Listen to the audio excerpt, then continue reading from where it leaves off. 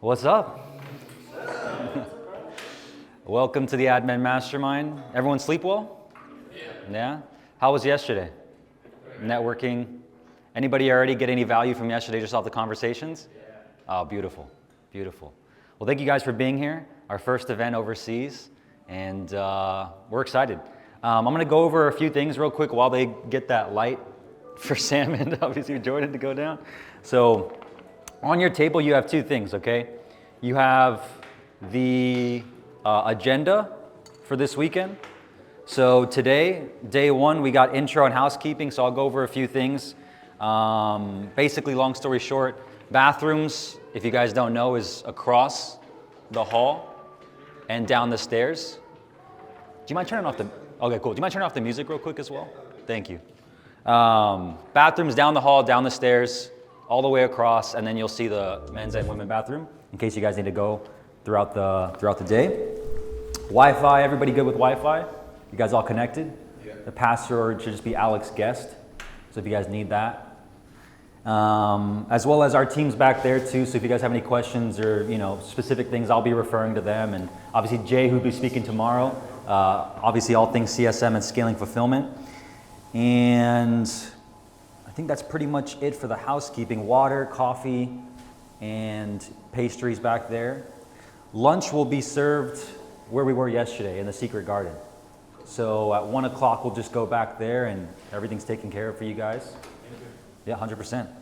I think that's pretty much it for intro and housekeeping. The microphones will be on to capture good audio for the recordings, obviously, in case you want to go back later on in the mastermind. We'll talk about that later too.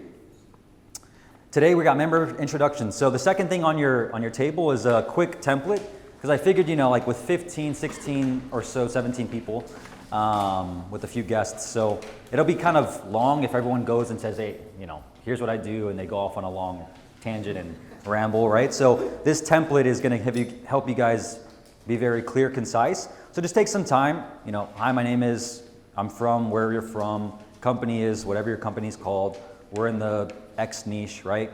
Current monthly revenue and what your goals for the next 12 months, the 3 things that are blocking me right now, and then I wanna get these 3 things from the event, and then for fun, I like to. This is a good introduction simply because, again, like I was telling some of you yesterday, there is no ego here, right? Like nobody in this room should have an ego. I don't have an ego. And so when you're writing down your goals and what's blocking you, the whole purpose of that is to help me, help you, and help us help each other, right? So what is currently blocking you in your business, maybe even your personal life, right? And unless you're honest with yourself and also us, we're never gonna be able to truly understand your problems and go deep and help you remove those bottlenecks. Does that make sense? So just take some time to write that down, and then we'll go over that. We'll have everybody share. And then we have the first session, which will start after that, right? So after we have everybody go around, I'll kind of tally up what the main bottlenecks are, what everyone's kind of going through. And then if you guys have questions for me, we can dive into that, right? We'll go specifically into everyone's problems and help each other out, collaboration. My goal is to not speak the entire time, because a true mastermind is obviously collaborative, right? I was talking to a lot of you yesterday, and all of you are very skilled at a very specific thing. And so I want you guys to also help each other out. And if you have something that can help somebody else that you've learned, you'll share it as well. Cool? Yeah. Awesome. So we'll do the member introductions. Then we'll have the first session like I just discussed, and lunch will be served over there. And then we'll come back for the second session. We'll end around 5, depending on, how deep we get into everything and if there's still some things lingering. But around 5 will be the goal. And then 7:30 we'll meet back up at the Guinness Storehouse, Arthur's Bar, for a private tour of the Guinness Brewery, and that'll be fun. I'll also have dinner as well. So you guys, if you're hungry between lunch and then, you can get some snacks or something, but come hungry as well at 7:30. I was surprised yesterday too. I think we said not to eat, and then they brought like a bunch of food, and no one ate the food. They were like, dang, these guys aren't hungry. But either way, this is a sick hotel though, right? Yeah, it's been really nice. Also, shout out to the video crew that's helping out. Quick round of applause for them. Yeah. Done an amazing job with everything, so it's been awesome so far. And then Saturday will be the first session again, starting right at 9 a.m. And then we'll dive deeper into the things that we don't cover today. And then Jay will speak at 10, and then we'll have lunch, and then from 2 to 5 we'll do another deep dive, and then after that we'll go to dinner at the Black Forge. and have a good time. My request is do not get drunk tonight. Like, please, because here's the thing, right? It's like, have a Guinness, have two, anything more than that, you're kind of asking for like waking up groggy tomorrow, right? Tomorrow, on Saturday, that'll be the night to celebrate. Everyone's going home Sunday anyways, so take it easy tonight, right? Like, you want to show up and get some value out of this as well. So just don't miss day 2. We've had that happen before, and we don't want that to happen again. I'll leave it there. Okay, cool. So take 5 minutes. We'll play some music, write out the member introductions, and we'll start in a few. Yeah, sorry. Here, just use mine.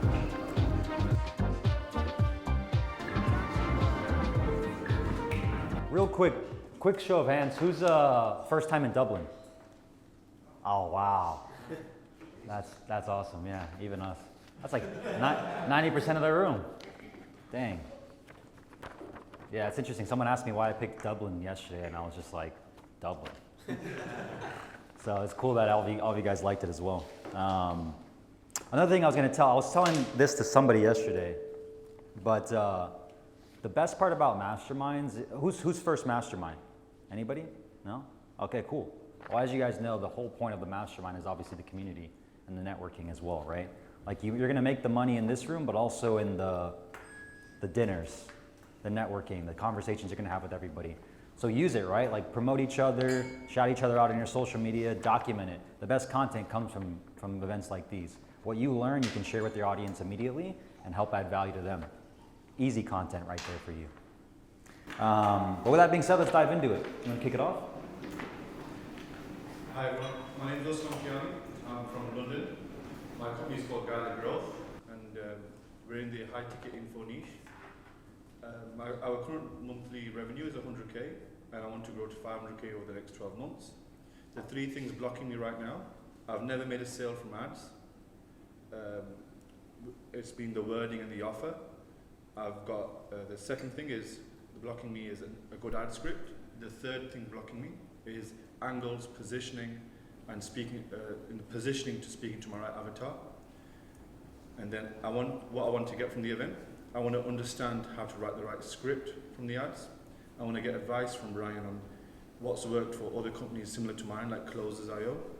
The third thing is I want to know how to get the ads working and what numbers to expect for my specific or from my niche, which is cost per lead, cost per acquisition, cost per appointment.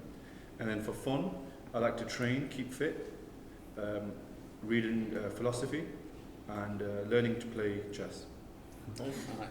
I want to see a workout between Charlie and Usman this year. Oh, he's got me. Yeah. He's got me. Yeah, I need to start training with you guys, man. Jeez. Leighton. Hi, my name's Leighton. I'm from Dublin. My company's called Leading Social. We're in the e-com niche. Our current monthly revenue is 75k. I'd like to get that to 150. In regards to things blocking me right now, time management has become an issue again, and prioritization. I kind of nailed that for a while, but now it's actually now that kind of my role has changed a bit. I need to kind of focus on that. Lead flow, although it's better than it was, it's still an issue. And then team and vision. I've kind of ran a very tight ship since I've kind of started. But yeah, just kind of getting the team in on the vision. Obviously they want salary increases, getting them bought into the long-term part of it has been something I'm working on the last kind of 2-3 months. In regards to 3 things I want to get out of the event, and number 1 is just kind of thinking time.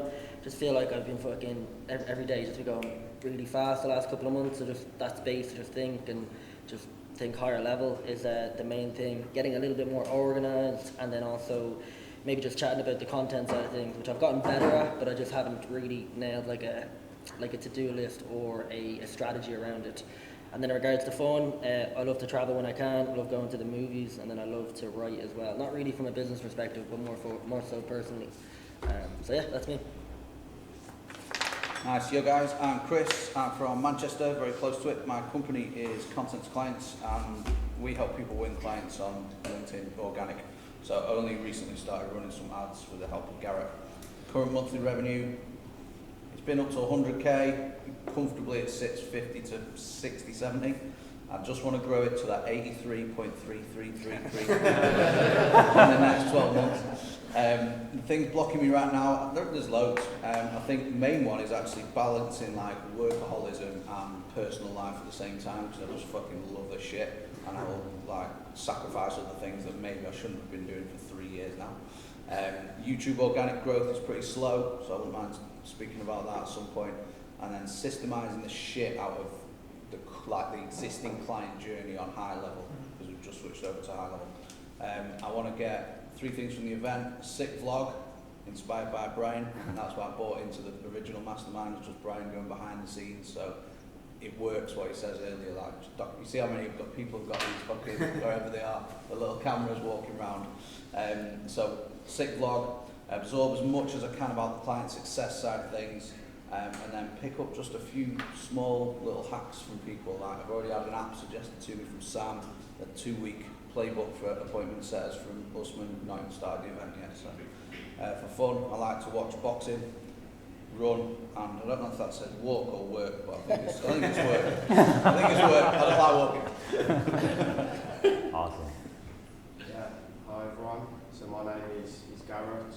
I'm from Birmingham in the UK.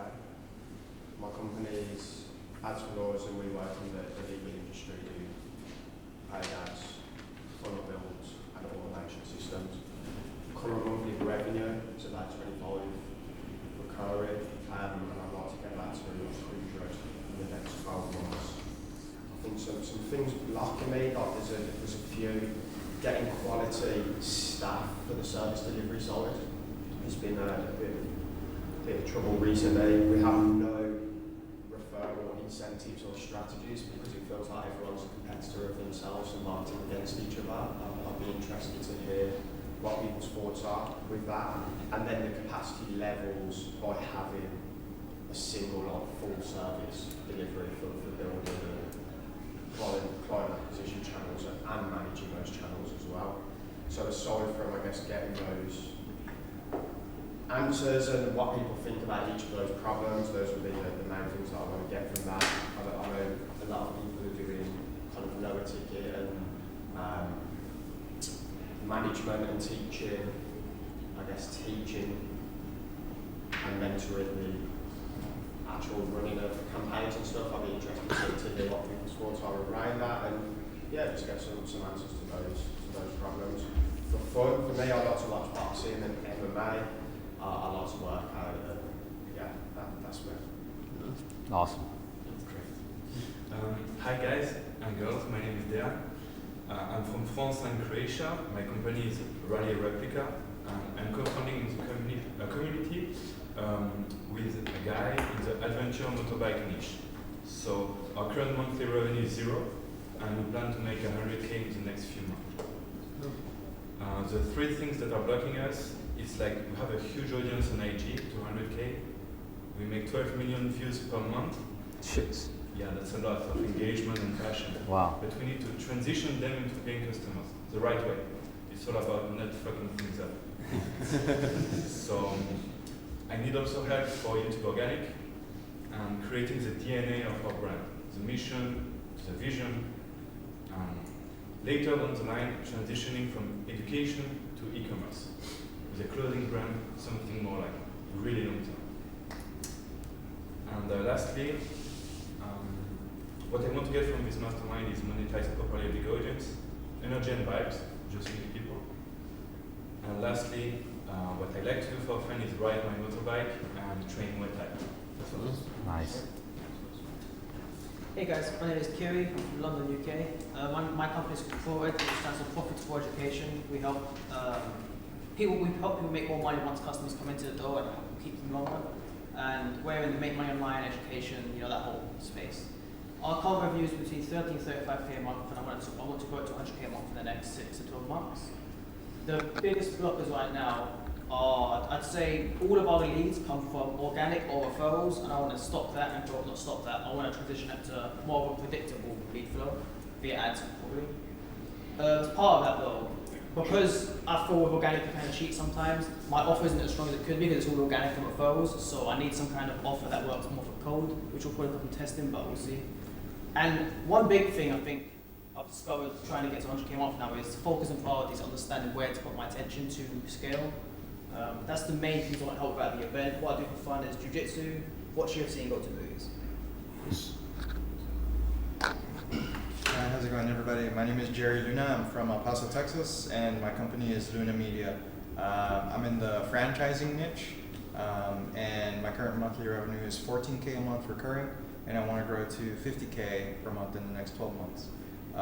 3 things that are blocking me is I have 0 personal brand, and I have shiny object syndrome. I keep focusing on the wrong things, I believe, and I offer a variety of services to a variety of different niches and clients, so I feel like I'm more of a generalist in that sense.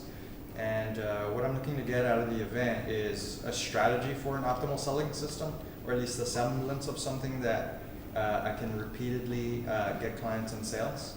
And obviously I want to learn what's working for others and get some nuggets from them and everybody's expertise.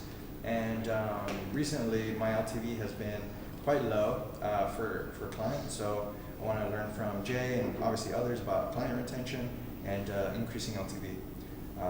What I like to do for fun is I like to bake, and I like playing card games, and I like to mountain bike and watch video essays, among other things. So. Nice. Nice. Hey everyone, my name's Adam. I run a company called Van Media, and we are focused on the D2C e-commerce niche, so scaling 6 and 7 figure brands. That's our sweet spot. We're currently doing around about 20k a month, and I want to grow it to around 50 to 100k. That'd be lovely in the next 12 months. That's been the goal. 3 things that are struggling us right now is the client acquisition. We are relying on referrals and organic click coming in, and like yourself over there, want that predictable thing that we can control. So probably it's going to be a paid ads route. But we're so focused on D2C, we haven't done the B2B yet. So I'd like to crack that. We need a concrete fulfillment system because it kind of works at the moment. It's a bit janky, and also staff and talent. And I was talking to you last night about, do we use a Google guy, do we use a Facebook guy, do we use an all-rounder? So it's just figuring that out, but Jordan said just fucking go for it and just make a decision. So things I want to get from this event: client acquisition method, a tried and tested one from yourself, and potentially like a business system, because we're debating, do we use Notion, do we use ClickUp, how we make it when it scales. That's one of the things that's a question mark. For fun, I'm a gym goer.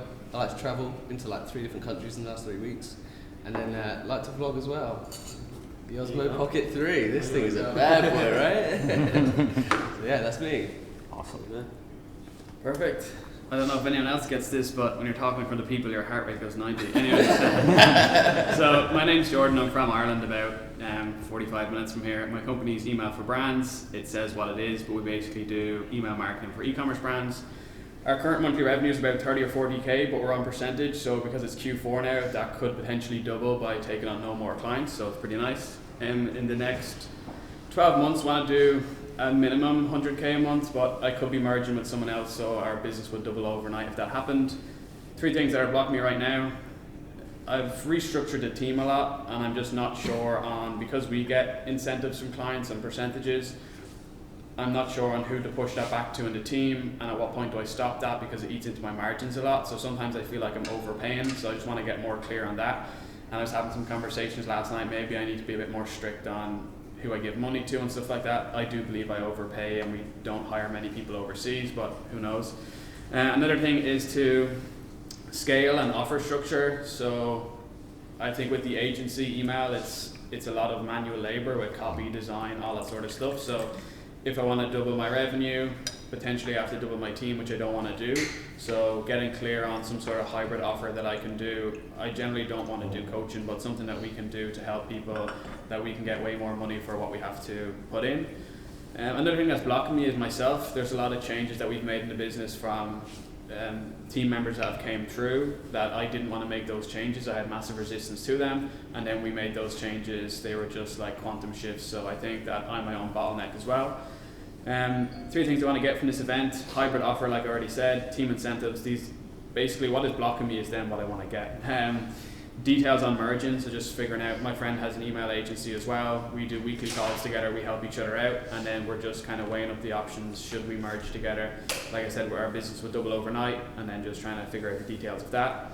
For fun, I like to do hard fitness challenges. This year I dived in and done an Ironman 70.3 with basically no training, so I done like 3 months of that and just dived in and got that done. Never swam or done any sort of triathlon in my life. And then I did a marathon straight after.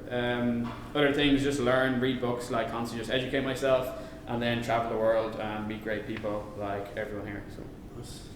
Nice. Hey everyone, my name is Sam. I'm from Malta and I have a company called Agent Leaders, and we're in the real estate niche. Our current monthly revenue is around 80k, but it's like a 50-50 split between agency and info product. And in the next 12 months, I want to just focus on getting to 100k in the info space and not have the agency anymore. My biggest blockers right now are building and managing a sales team. Time to be a better leader, because I feel like I'm doing a lot of the work and I want to just pull back and be able to guide my team better. And third is optimizing my ads and getting that running better. What I want to get out of the event is optimizing and learning YouTube organic and ads, being a better business owner in general, like taking up tips from everyone here, figuring out how I can be better there, and learning from everyone and meeting great people. For fun, I like jiu-jitsu, traveling, and just chilling out and having fun. Hi, my name is Wolf. I'm from Germany. My company is Growth Partners, GmbH, and yeah, we're scaling high-ticket experts and service providers. Our current monthly revenue is roughly 30k, since we're on share at various as well, so between like 20 and 50k. And I want to hit that 83.33333. Yeah, this has been the goal for the past 12 months as well, from the last time I read that introduction. So yeah, a lot of the main thing blocking me is just my head, 100%. It's a lack of focus, managing the mental loads, and yeah, too many opportunities that come across, and finally deciding and not finding excuses, even though life and personal life comes into that. Yeah, so it's just getting my fucking mindset or my head screwed on right. That's the number one thing. And yeah, luckily I have shifted the problem from not having potential deals in the pipeline. So that is a big plus that has been shifting a lot in the past few months. So I have now more work that I could take on than I have capacity. So now the main thing is on duplicating myself and not being self-employed with freelancers and becoming finally an entrepreneur to be able to, I know I can hit 100k months because I've been doing that for my clients, so it's not a strategic problem, it's not a tactical problem, it's not a, whatever problem, it's just in my head. Yeah, so what I want to get out of the event, pretty simple, clarity on my next moves, maybe some good ideas and strategies. I'll have to nerd around some strategies to squeeze out the last bit for my clients as well, so we can make more money. Yeah, great connections, fun, have a great time. And for fun, I like to play basketball and have good food, very good espresso, and dinner with friends and family, and travel and work and educate myself, binge as much content as possible. Awesome. Hi everybody, I'm Harvey, I'm from the UK. My company's called Growth Properties, with a property niche but info, so teaching people and helping them build, like mainly kind of deal sourcing. We teach people how to find and sell deals, and we match them with investors. Launched this new offer with buy and sell this year, probably about 4 months ago I think it is. So around 40-50k months at the moment. The goal over the next 12 months is to hit 150k. 3 things that's blocking me at the moment is sales, especially to cold traffic. I've done everything organic to date, and we've just launched the cold traffic stuff, and and that links into the next one is confidence and beliefs sort of thing, especially at cold traffic. And as I put the offer price up, it's a little bit of battle internally myself. Keep on falling into like unconscious habits that I'm not realising. Management is a thing for me as well, and being distracted on the things that I more enjoy doing but shouldn't, not the things I should be doing, I get distracted away from quite easily, and that is management as well. So what I want to get from this, networking, like building relationships, connections, networking. I want to build my confidence as well, so I feel the confidence will build and the focus will build with the accountability and being in these sort of environments. And I want to refine the sales and the ads stuff from cold traffic, so we can sort of scale that up. things I like to do for fun. I love travelling. I love spending time with my wife, family, and kids. I love studying books, YouTube, and listening to content around sort of education stuff. And yeah, I like to keep myself sort of fit and sort of like biohacking sort of stuff. Nice. Yep, hello, my name is Asbjørn. I'm from Denmark, and my company is called Raymondo. We're in the info business niche, where we basically run an agency. Our current monthly revenue is 15k in the agency, and then I have a part of a info product as well, where we're doing like 30k each month, approximately. And over the next 12 months, I would like to grow to 80k, specifically in the agency. 3 things which are blocking me right now would be small / unambitious clients, because it's really hard to help someone who finds it very good to have a monthly revenue of 30k and then they're very comfortable. It's just hard to help them scale further, right? As well, I'd like to get insights on scaling internationally, both for myself and for some of my clients. And 3 things I'd like to get from this event is a game plan to take action on over the next 3 months. So just exactly what to do in order to hit my goals. That would actually just be the biggest one and most important for me. And as well, I'd like to connect with some inspiring people. And for fun, I like to do paddle tennis, go hunting, and then actually just working on the business. Yep. Hi guys, my name's Anna. I'm from California, Lake Tahoe Park, not the palm trees. My company is Lean Marketing. I'm the CEO, not the founder, so if you are struggling with too many ideas, I'm the integrator and will tell you what not to do. We are trying to be essentially the closers of marketing, so we help people build their own in-house marketing systems. We started the year with current monthly revenue at about 110. We're currently at 220, so we're on an intense growth trajectory. I want to hit 8 figures in the next 12 months. 3 things that are blocking me right now. My sales team does not match the energy of the rest of my team. I hate babysitting sales teams, but if you have any ideas, I'd love some help. We also have a new CSM department that we're really excited about. How we can come up with systems to turn that information into regular case studies, testimonials would be really interesting. And our systems are like untested under pressure, so I feel very confident about them, but it's going to be a big, we've doubled in the last 6 months, so 5xing will be, I'm ready, but I'm a little nervous, so I want to hear what other things people have run into as they scale. Things that I want to get from the event would be, we have 2,000 organic opt-ins a month, so we're almost done working those, and I'd like to see what is going to be our next PPC, like what's after that organic gets worked. I'm looking for potential external experts in the room that we can work with our clients, and hearing what other roadblocks other people run into while scaling. I like to travel with my husband. I'm currently pregnant with my first child, so if you see me running out the door, it's been a rough one. I'm a combo girl, so I like to ski, snowboard, hike, but I'm also a total freaking nerd, and I love video games too, so. Nice. Let's go. Hi, my name is Marianne, and I am from Helsinki, Finland. And my company is Smart Mentoring, and we are in the high-ticket info niche. We help coaches and consultants to scale their businesses with premium offers.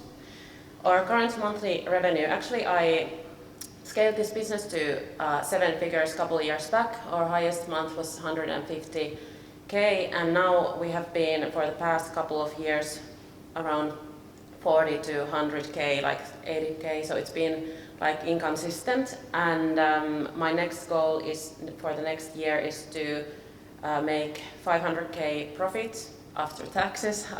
This is specific, and also 8 figures before the end of the decade. So I have like long-term goals around that.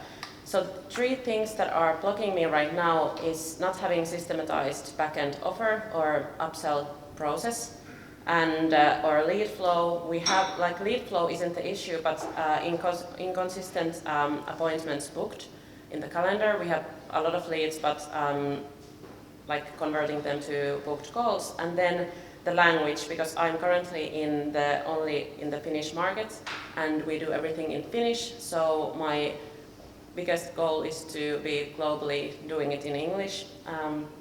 And what I want to get out of this event is the strategy for YouTube, now that I will start from scratch with English, and also getting the sales team fully committed and getting results with them, because we have 2 part-time closers right now and 2 appointment setters, and confidence to know that I'm able to take this to the 8 figures, maybe even faster than in a decade. So yeah, and for fun, I like to spend time with my family. I have 2 daughters, 1 baby, not even 1-year-old and 4-year-old, and I like to do sports, to go to the gym and sing and also shop a lot of clothes. That's why the profit's key. That's why we did the 8 figures. Same. Hi guys, my name's Gio. I'm from London. My company is Octavian Labs. We're in the crypto niche. We just done an organic launch recently. We've done just over 100K. We want to get to 300K a month in the next 12 months or so. The main things blocking us at the minute, or me, is my time's pretty spread, so I'm kind of like focusing on too many things. The woman in the red dress, even just coming here from Dubai, there's like a new opportunity that I'm getting excited about. So yeah, just kind of want to get clarity and focus on what I should be focusing on, like what are the highest leverage opportunities, I guess, that I can put my time into. Smoothing out fulfillment as well. If we want to get to 300K a month, I can kind of already foresee from the organic launch that we would probably struggle to onboard that many clients. So want to kind of smooth that out. Also, again, ads running, we're already working with Brian, so we've got ads going live next week, hopefully. So that should help. What I want to get from the event is clarity on what I should be focusing on. I want to kind of leave knowing what I want to kind of sack off and what I want to kind of double down on. Learning a better process and kind of creating a better client journey, so more kind of streamlined, but also getting like the quick wins early, kind of getting that emotional buy-in. And also learning what I don't know already last night, speaking to Usman, I learned a lot, and some of the other guys, so just kind of learning from everyone else. For fun, I like to go to Arsenal games. I'm a lifelong Arsenal fan, travel, go to restaurants, similar to the rest of you guys, meet like-minded people, stuff like that, so yeah. Cool, awesome. You guys notice any common themes from everybody? What are some of them? Client success. What did you say? Client success. Client success, that's one. Sales, right? People Yes. being the main blocker. Yeah. Clarity as well. Clarity. Leadership. Leadership. Shiny object syndrome. Shiny object syndrome. Don't worry, Clarity, I'll right? Yeah, I wrote a few down. It's there's a few. Offer and positioning, offer structure and positioning. That was a big one. Who's my Adam, Jerry, Marianne, a little bit for the back end as well, back end offer. Team, right? Jordan, Leighton, Sam. Vision, mission, pay, incentives, things like that. Keeping talent. Game plan. A lot of you guys want a game plan. Obviously, leaving here, 30, 60, 90-day action steps to focus on, which will help with the focus and time management, which is another one. Jerry, Wolf, Leighton, Geo, clarity on that. And then CSMs and fulfillment, like Charlie said. So I think we should just take this basically step by step, because there's really 4 common themes. The rest kind of fall into those categories. So why don't we start with the offer and positioning structure for Usman, Adam, Jerry, and then the back end, right? For you, Marianne, as well. Because the profit for you, so you've never had a back end offer before? We've sold a lot of different things. Okay. Not consistent enough to everybody even. Okay. Yeah. So you've, but has it mainly been focused around the front end? Yeah. Okay. Yeah. Yeah, the profit's going to be huge for you on the back end offer. The best months have been when we've had some kind of launch for The back end. Yeah. Yeah. Okay, cool. Yeah, so we can talk about that because that'll help you get to that goal pretty quickly, especially with how long you've been doing it and the base you already have with the foundation there. I think we start there for this part 1, and then after lunch, depending on how long it goes, we can go into We're going to save CSMs and fulfillment for tomorrow, obviously. I mean, we can do some technical high-level stuff today. Cool. Yeah, I think let's save CSMs and fulfillment tomorrow, just because I feel like that'll be where you obviously. I mean, that's exactly what you'll be going over. And then let's do offer first, And then focus and time management, that's an interesting one. I think we should talk team second half of the day as well. Because as you scale, right, whether it's with organic or ads, and you have your offer structure and positioning, like you're gonna have to have a good team in order to fulfill. I think we talk about that second half.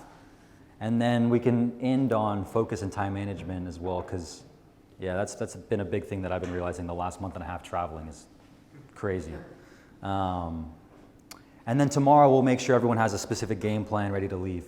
So at the end of each session, I'll be asking you guys a very specific question, right? Like what's the one thing you can focus on in the next 30, 60, 90 days that'll dramatically improve your business and make it easier and more efficient, right? Like that's the one question you gotta ask yourself. What's the one thing you learned today? And every session I'll be asking you guys that question so that way you can leave with that one thing. Have you guys ever read the book, The One Thing? Yeah. No? Yeah. Really good book. I mean, it's literally, that's the book, right? It's like, what's the one thing? But you got to ask yourself that question because you're going to have a lot of things that you come away with, and those are all probably great ideas, but as all you guys kind of said as well, including myself, we have no shortage of ideas. It's just what actually is going to be the idea that moves the needle forward for us to get to the goal, which you wrote down. Does that make sense? So think about that as we go through it. But let's start with offer and positioning. Let's just go in there, and obviously we'll have everyone kind of help each other out as well. So, hey, this is Brian with adspin.com, and if you're watching this video and you're like, man, I wish I was there with them in that room, learning everything that they're learning myself in person, and I wish I could be a part of a community like that. Well, I have some good news for you.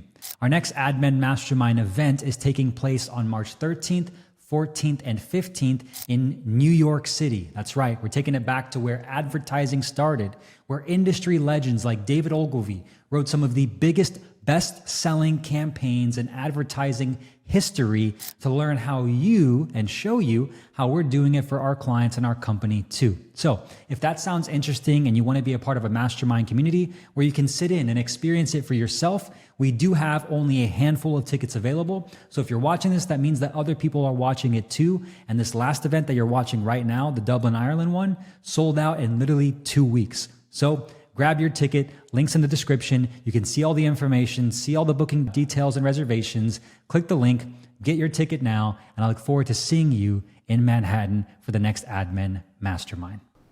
Uzman, why don't we start with you with the sales offer?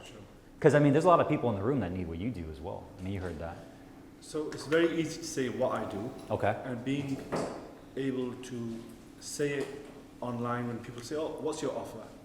Being able to say one clean line, it sounds generic when what we do is very deep. So you want to not sound so generic and not sound like everybody else. And like everybody online will say, we'll do this and your money back and stuff. And we're very like mission driven, very vision driven. So I don't want to sound like everybody else, but I also want to cut through the noise. Mm-hmm. So is it easier to say what I'm doing exactly for my clients? And then okay. Yeah, share with the room so what we you do is, see, when we onboard a client, we do, if you know the book Traction, we do the issues list.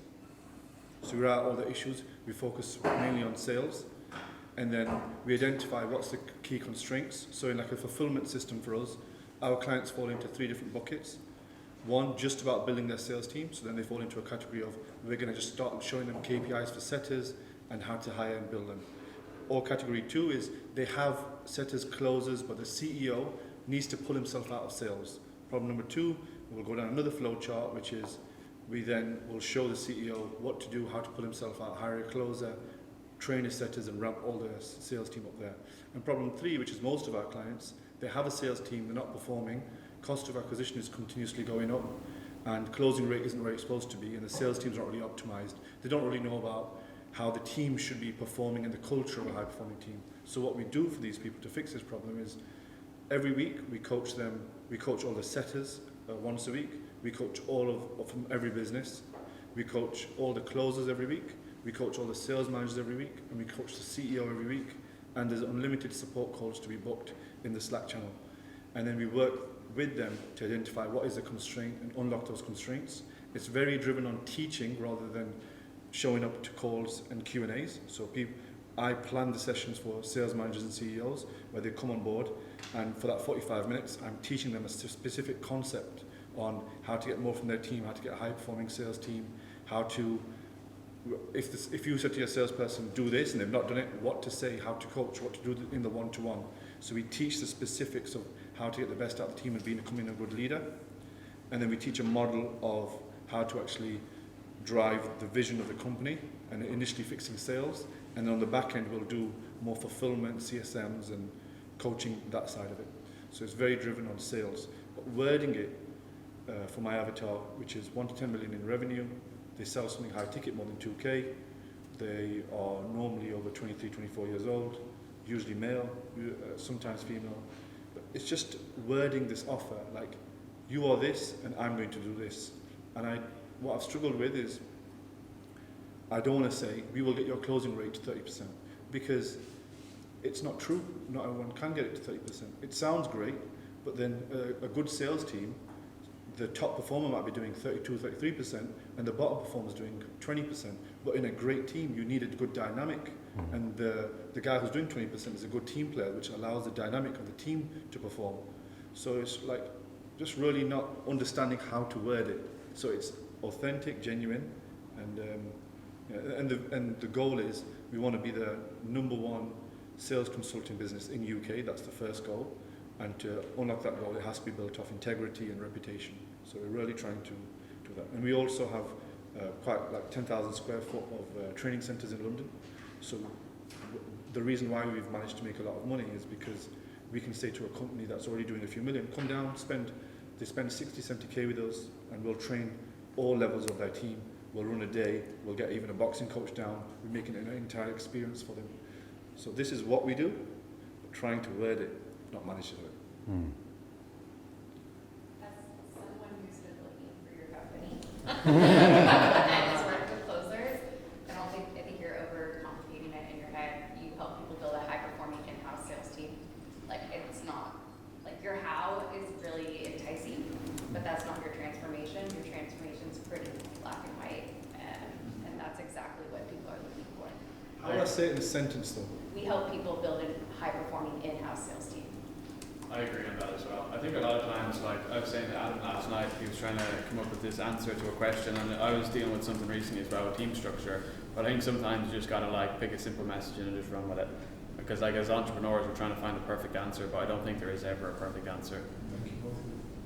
I think about it as well, because I help people with stuff like this, and it's like everyone's in their own head saying, well, they get all these things, just like you mentioned, and it's like, if you could pull a report, you've been working with someone successfully for 12 months, you could pull a report of all the numbers, okay, but you could only zone in on 2. The one thing they'd be happiest to see increase, and then the one thing they'd be relieved that had decreased. CAC and closing rate.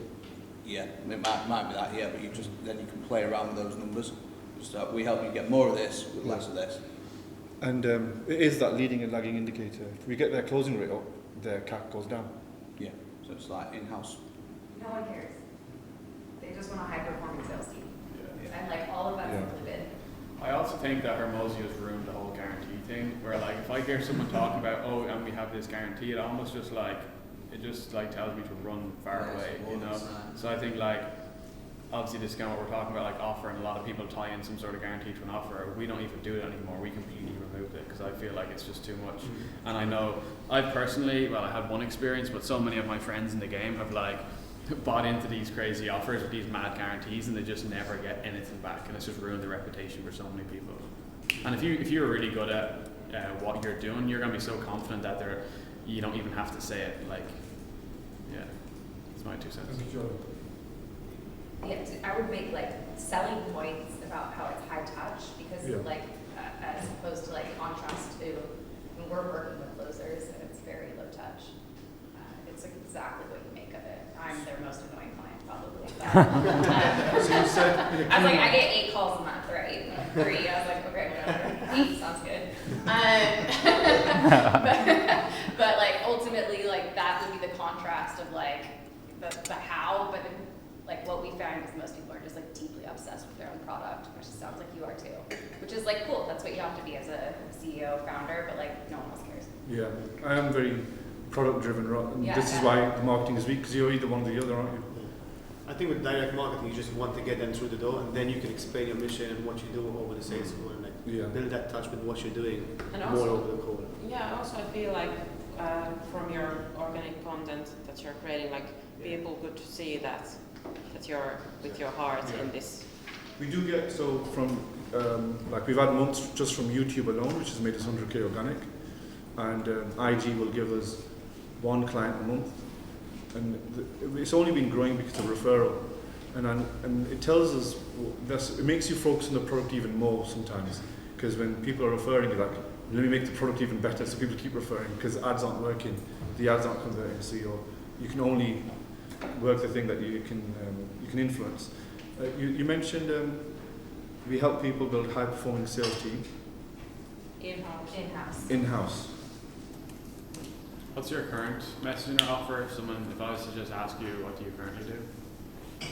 I say like we help build and train your sales team, but then when I say it, because internally it feels like we're doing so much more, you feel like you're not doing yourself justice. You have to explain yourself. Yeah, and then over-explaining makes you look weaker. 100%.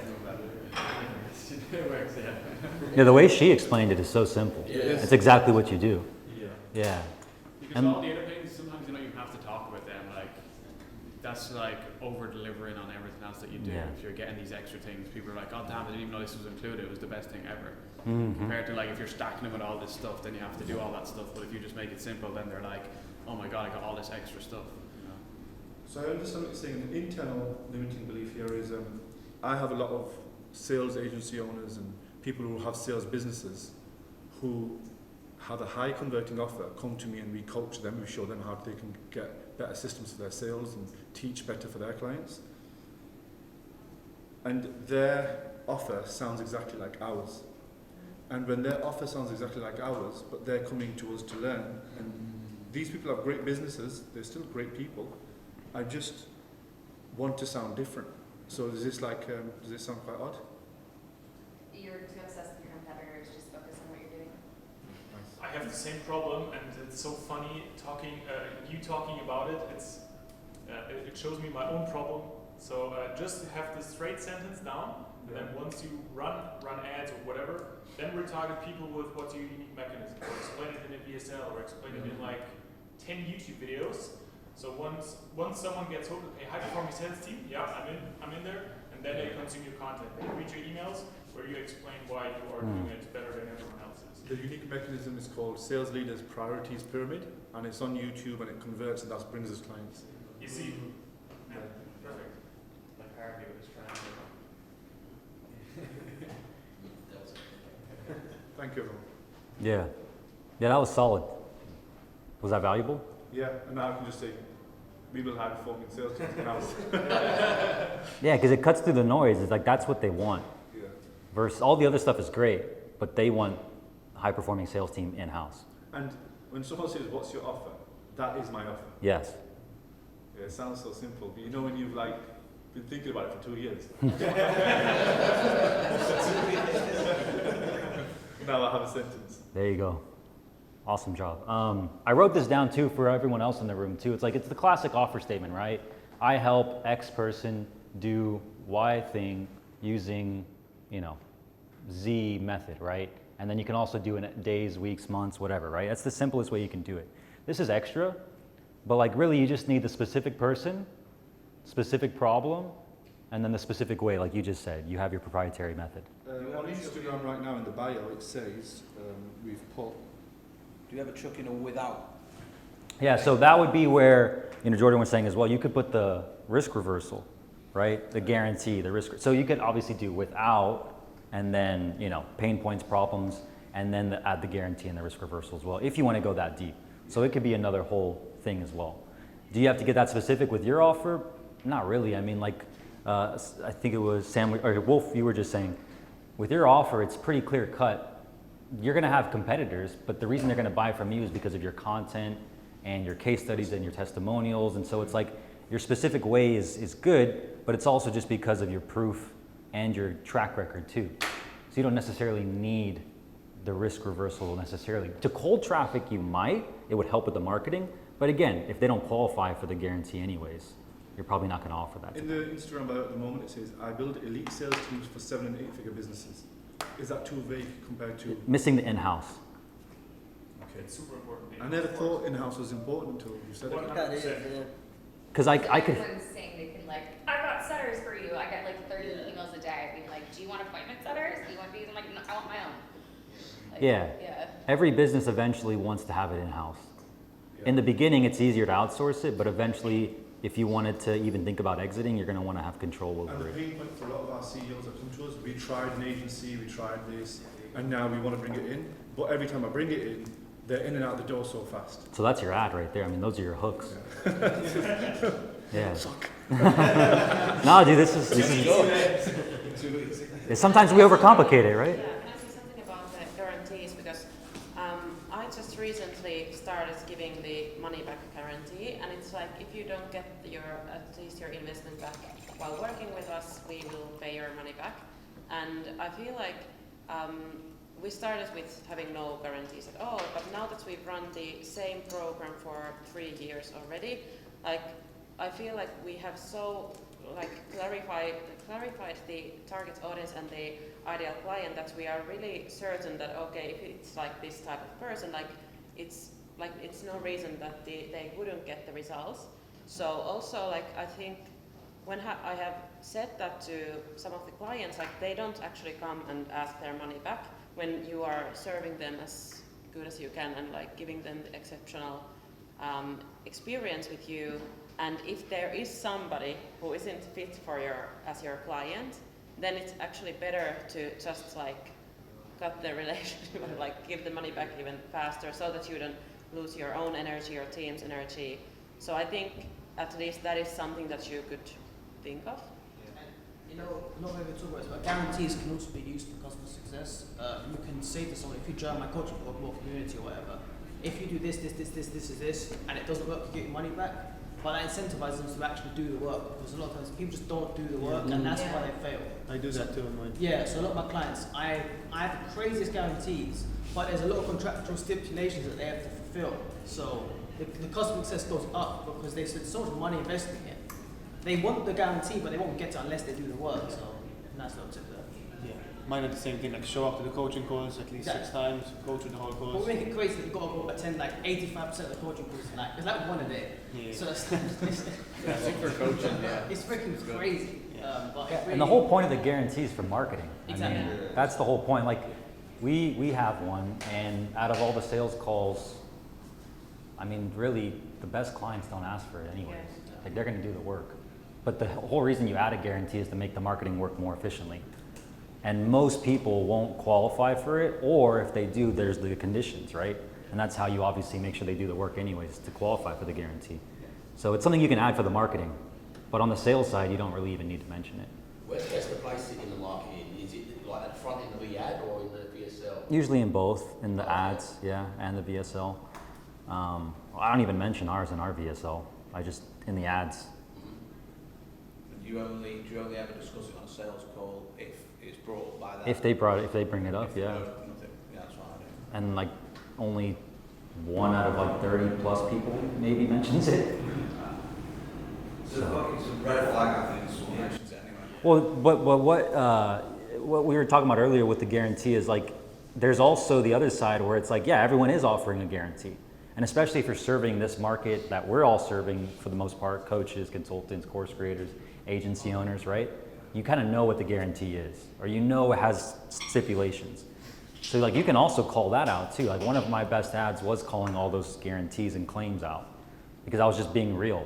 Aren't you tired of the crazy claims and guarantees? It's a bunch of just smokescreen too. That could obviously be a good ad and an angle if you didn't want to offer a guarantee. And I have a lot of proof, social proof, in terms of what I've done. Mm-hmm. So how do I word that and leverage it into the offer? Well, what do you mean, in the ads or Yeah, so in this offer, I'm trying to work out how does this sit into an ad? How does this what I do? Because I've done multiple ads. Social proof. Yes. Well, you just put the social proof in the story, right? So the ads, hook, story, close. That's the framework we use. The hook is the first 5 to 10, 15 seconds. right? Like what the pain point is. So for example, you said it earlier, like most of my clients tell me, I forget what you said, Sales agency. Sales, I tried a sales agency before, it didn't work out, I burned a bunch of cash, whatever the case is, right? That's the pain point, right? That's a hook. And then the story is, you know, my name is, my company is this, we've helped hundreds of these types of businesses build in-house sales teams, just like this person, just like this person, just like this person, right? That's where the social proof fits in the story. And you're educating them on what you do. Does that make sense? Also leverage email to just send an email a day of a different success story. Like Sam done that for years, where it's just meet this person and then just, you know, just tell their story, and it's some of the best engaging emails you can ever do. I have questions about email. I didn't write that down actually, because I want to know. You'd have a call to action on each email. Yeah, but very soft. You just want to just kill them with the education and the stories, because people love the story stuff. Is this should I be sending a value email every day? Yeah, like I have different beliefs in it, but I think the more emails the better, like every day. Like your e-com emails would look very different to Brian's emails. No, like we've done a bunch of other stuff in the past. We just do e-com now, but like for when we are doing, you know, email for all different types of businesses, like an email a day, even for our own agency, when we get leads in, like we send an email every single day, more even. And when people hopped on a call, they're like, "Why'd you hop on a call?" Because you guys just never stop emailing me. Yeah. But it's like you're trying to educate people. We're never like trying to hard sell them. Just add a bit of humor in there and stuff as well, you know. I've got email specific questions. Should I save them for another section? Yeah, we can dive into that. That'd be cool if you could share some stuff as well. Yeah. Yeah, email.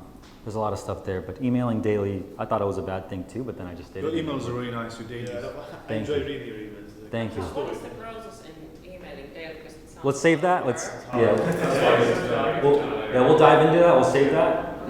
Everything good on the offer there? Yeah, thank you. How long is your offer? Sorry, like how long do you work? So we have a 90-day and a 12 months. Okay, so we have a 12-month offer, and just one other idea for a guarantee is we have a love it or leave it guarantee.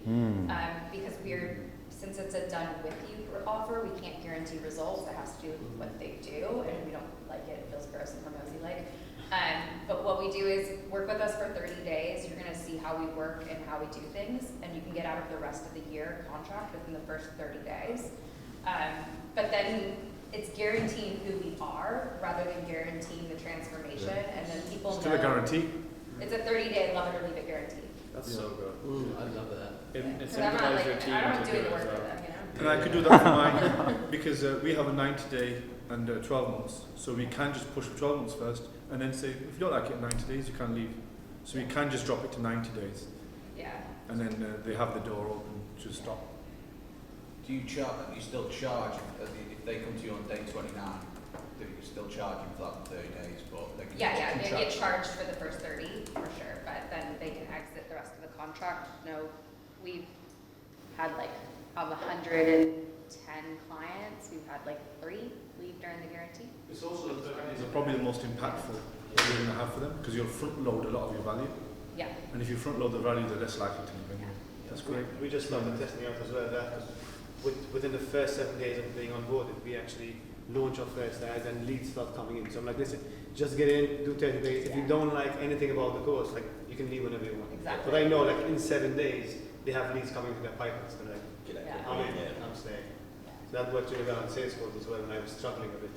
I thought, okay, listen, just get in, any like, whatever thing you don't like, just leave whenever you want. And it sort of gets them to the close much easier.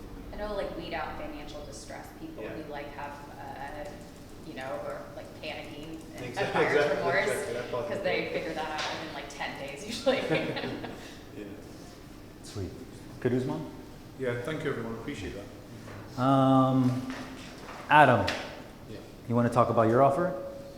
Yeah, what I running previously was like we will add 50 to 150k of revenue in the first 90 days with your money back. But we kind of like did end up needing to run with that offer. And at the moment, client acquisition, we're running on referrals. So I have no lead flow right now. And that's a real big problem to even scale a business, right? So I suppose I've come here to try and figure out, because I've had mentors, and they're very much, I don't know if they've ever run an e-commerce agency, because it seems to be, one of the answers was, I'll go into Facebook groups and start messaging people and try and build a relationship that way. But then I said, okay, show me. They didn't have the answer. No, e-commerce, didn't they? Yeah, straight away I was like, oh fuck's sake, I just wasted my money. And then next one, it was like, oh yeah, use LinkedIn and do it this way. Okay. Then they said go into groups on LinkedIn and then start messaging people that way. I was like, okay, show me. Again, they were like, okay, I'll come back to you. And they're like, I was like, fuck's sake, man, I'll just keep burning my money on these people. So I wanted to come here and see what would be the way you would approach it for my D2C e-com agency to find 6 and 7 figure e-commerce agency or owners. Leighton, how do you do it? Back to school. Yeah, back in school, like, yes sir. Yeah, because you have, I mean, a similar agency, obviously. Yeah. Just repeat that again. You're just getting leads over there. Yeah. How do you get leads with 6 and 7? 6 and 7 figure. Because you said you can help 20 to 30K a month e-commerce businesses. Yeah, we referred Adam a client. They were doing like 20 or 30K. I just took him on because it was a friend. And then within like 6 months, Adam has them doing like over 200K. So it's been great. Okay, well, yeah. You can do, yeah. So regards to leads? Leads, yeah, at the moment we don't have any lead flow because we're like relying on referrals from my network, from people that know me. Yeah, look, I mean, it's definitely not a problem that I've solved either, but I definitely I've always dreamed of having like a VSL that like I knew exactly like how many leads, what the cost per call would be, and then like what the conversion rate would be. But the last, let's say 18 months, it's just an omni-channel approach. I mean, I do my best with LinkedIn, organic content, a bit of YouTube. I might spend maybe like 3 or 4K on ads per month, but that's just, I don't actually expect anything to happen. It's more so just getting traffic to the page. You know, there is some leads coming in, but I'm not looking at it and immediately needing a return. I'm just trying to get more people to see my face talking about e-commerce marketing.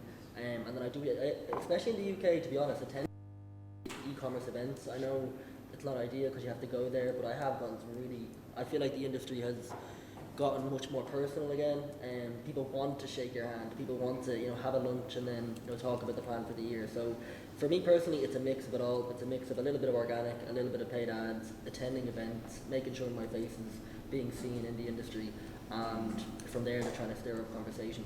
So it's definitely not a problem I've solved, but it's working. I mean, definitely nice growth. I've gotten some nicer clients, and they're staying longer. So that's been my approach. But I would love to get the paid ad side of things going. I did give YouTube a go for about 90 days at the beginning of this year off the back of the Miami Mastermind. But it's just one of those things. It's like, it actually worked, but for some reason I just stopped doing it. Another problem came up, and you build your team, and then you need to pause the ads, and then you need to go back into the studio, write another script. So not a problem that I've solved, but I definitely feel like the omni-channel approach is a good way to have it. Yeah. And I wish I had an answer for you, but I don't. Yeah. So when you did the paid ads, what platform was it that you were pushing? It's a mix of YouTube and Meta. Yeah. So over the years, I've built up a custom audience. So I feel like the audience there is quite strong with the traffic, and even the opt-ins are good. It's just about higher. I'm really just trying to improve the quality of them. Like we do work with I even have a couple of clients that are in that 500K to 1 million mark.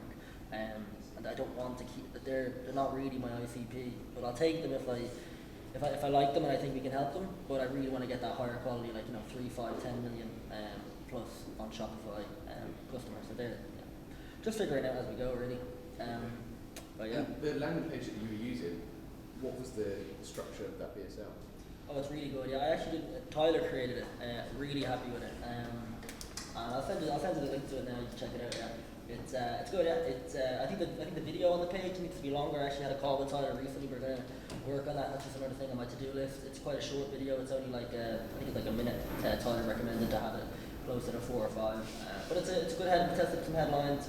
We have some good case studies there, some good testimonials that I also need to change around just to make it more econ specific and really speak to the ICP. That actually could be a reason why the quality is actually low too, because some of the numbers that I have there and some of the testimonials, if they were to go look at them, they're like, oh, they're not probably the size that I am. So maybe I'm actually doing myself a disservice having those case studies and testimonials there. I'm glad I can help already. Like, Huh? glad I can help speaking out loud. Yeah, I I never really thought of that, because that's probably unattractive to somebody who is doing 10 million plus to look at that their business. I mean, like those guys are probably in the 1 million mark. So. Yeah, that's facts. Did you ever done cold email?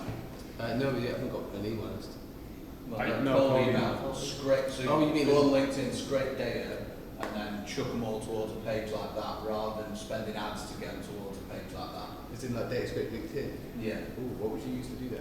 I'm sure other people know more. I can give you my. We've got a. I can refer you my guy. Yeah. But like I was paying him like 1,600 quid a month, but we went like 3 months without getting any like deals. But then like 3 came in 1 month, so it's a numbers game. So I just trusted the process, but it's kind of worked. So now like if you're in regards to upfront cash collected, we've not even made the money back, but like obviously our retention's quite good, so I know I will make the money, but it's just being willing to bloody like spend it month on month and just kind of like checking the numbers and being okay. There's more stuff that I could do to probably enhance the results, but I can't just let them do their thing. But I've done it in the past and I didn't want to deal with it, so I just paid an agency, but I can refer you. Cold email plus retargeting, I feel like is very very powerful as well. Oh, nice. So if you don't have any, or I assume you have clicks on your website.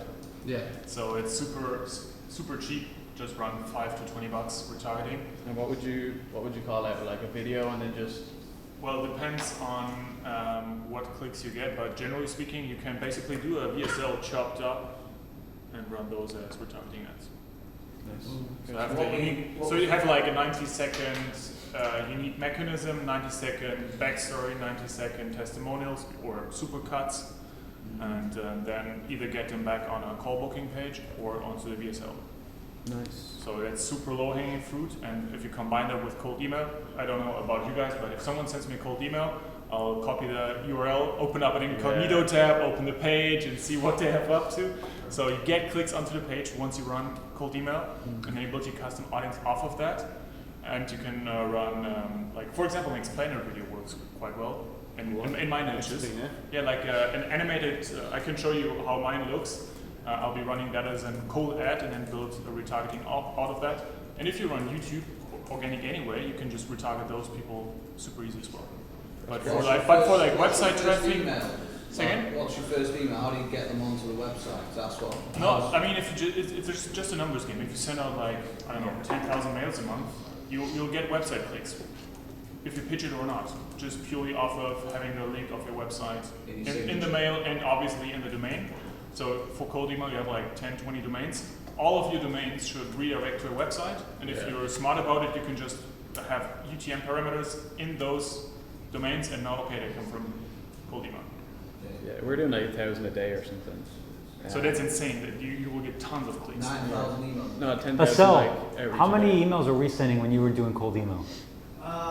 We were doing about 4K. Nothing crazy. Nothing crazy. It's still a numbers game. Like we probably get like 2 calls a month from that, so it's like the numbers are so bad on it, but it's just pure volume. It's so cheap though, right? Not really, no. No, well, it's only costing me 1,500 or whatever. It's cheaper for If I sure. was to go do that by myself, when I did it by myself for my last business, it was like cost me the same thing. Plus I had to because I had to pay a VA, to pay for the software, to buy all the domains. These guys just handle everything. And they got people in there, they're just connecting to my Slack. It's super easy. Yeah, Adam, I for can you. refer anyone here, plus I'll get a kickback. So I've just had 2 guys start this for me on a kickback basis where I give them a grand for every client they give me. So I'll see if it does work, but maybe you get your contact as well. But you're running like 2 calls a month as a win, or 2 clients a month? So generally 2 calls, but like a lot of the time some will be unqualified, but most of the time they are pretty qualified, because otherwise we'll just cancel the call, to be fair. But like what we've seen is like people will hop on a call, and like with us we don't like hard sell anyone. I really don't like sales, but it's a bridge between making money, so I do it. But most of it we see like a lot of people will hop on, we'll like do an audit for them, and generally like within like 30 to 60 days they'll convert. Like once we just get Klaviyo access and audit their account, it's like a home run for us. So just trying to get that. That's your offer right there. Yeah, we do that in our cold email. Yeah, like we'll build you a free pop up and a free email, and we'll audit your account basically. Like, Yeah, free Klaviyo audit. yeah. As a Facebook ad too. But the other thing we're trying to, well, have you you want to continue? Yeah, I was hearing. Well, for you, I was going to just say the biggest thing is like what Leighton said. It's kind of a lot of unscalable activities, unfortunately. But then the cold email can definitely help.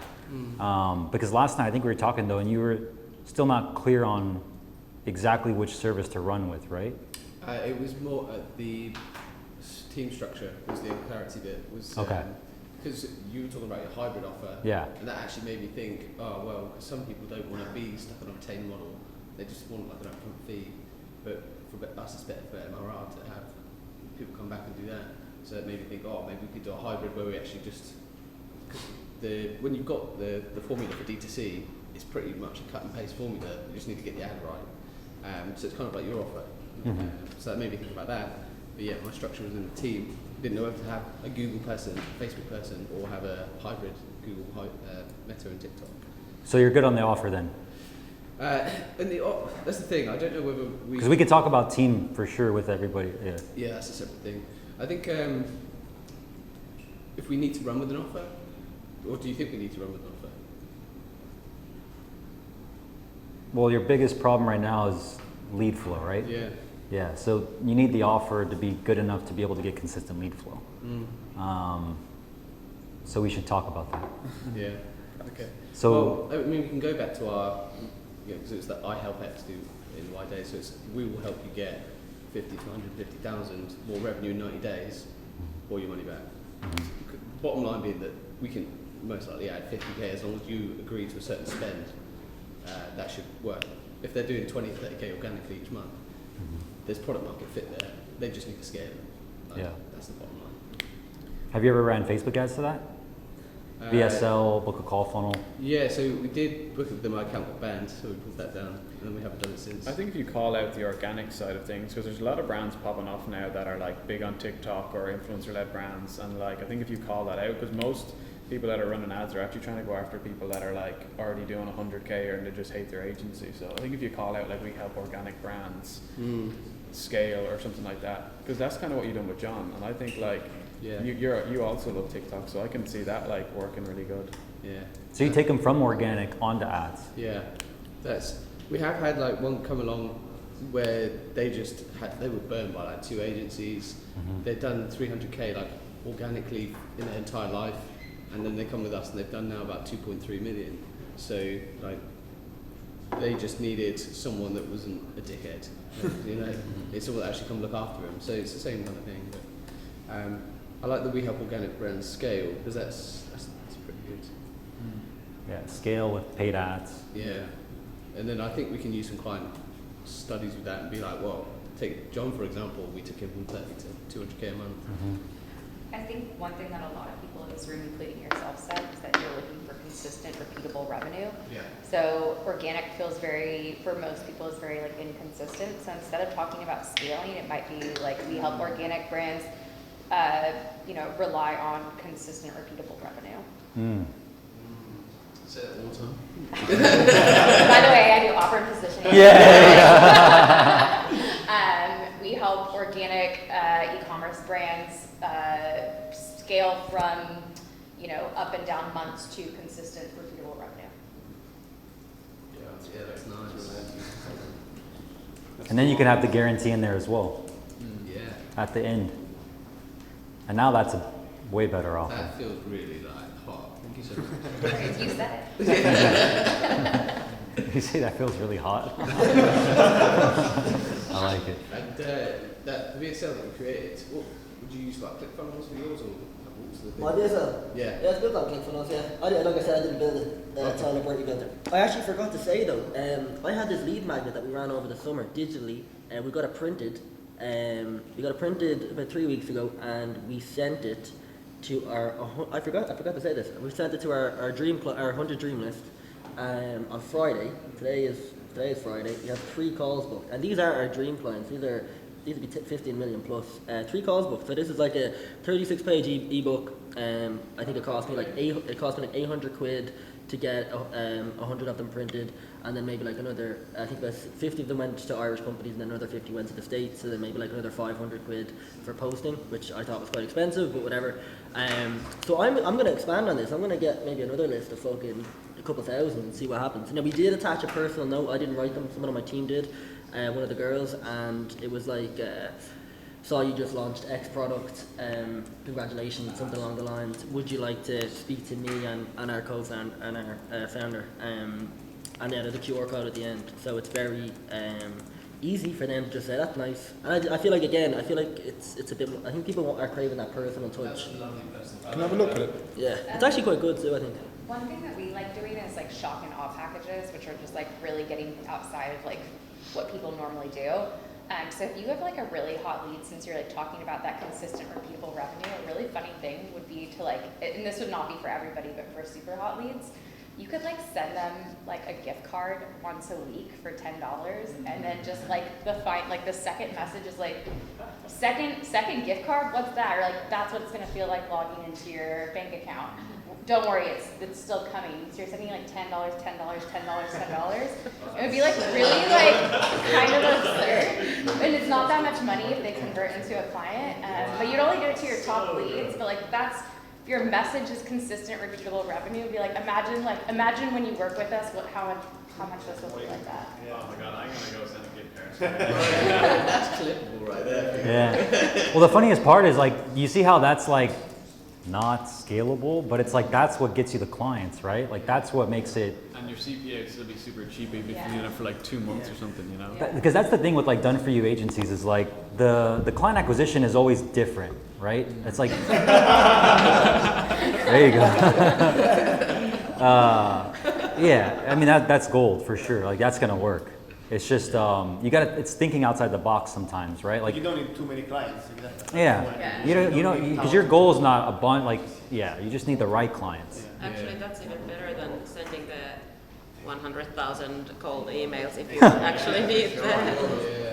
Yeah, like just putting together a Dream 100 list and sending out a personalized gift, like what Anna just suggested. It's like that's great, you know.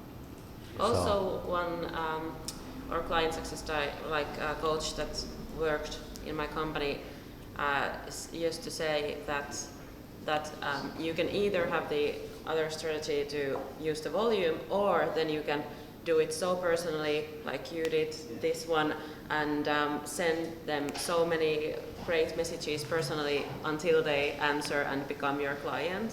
So that is like the opposite of the other one. Yeah, I like that. Is that helpful? Yeah, it was helpful. And I was going to say, let's just say we're starting, because the most annoying thing was I did create a VSL, I've done this, and I've got it probably like you did.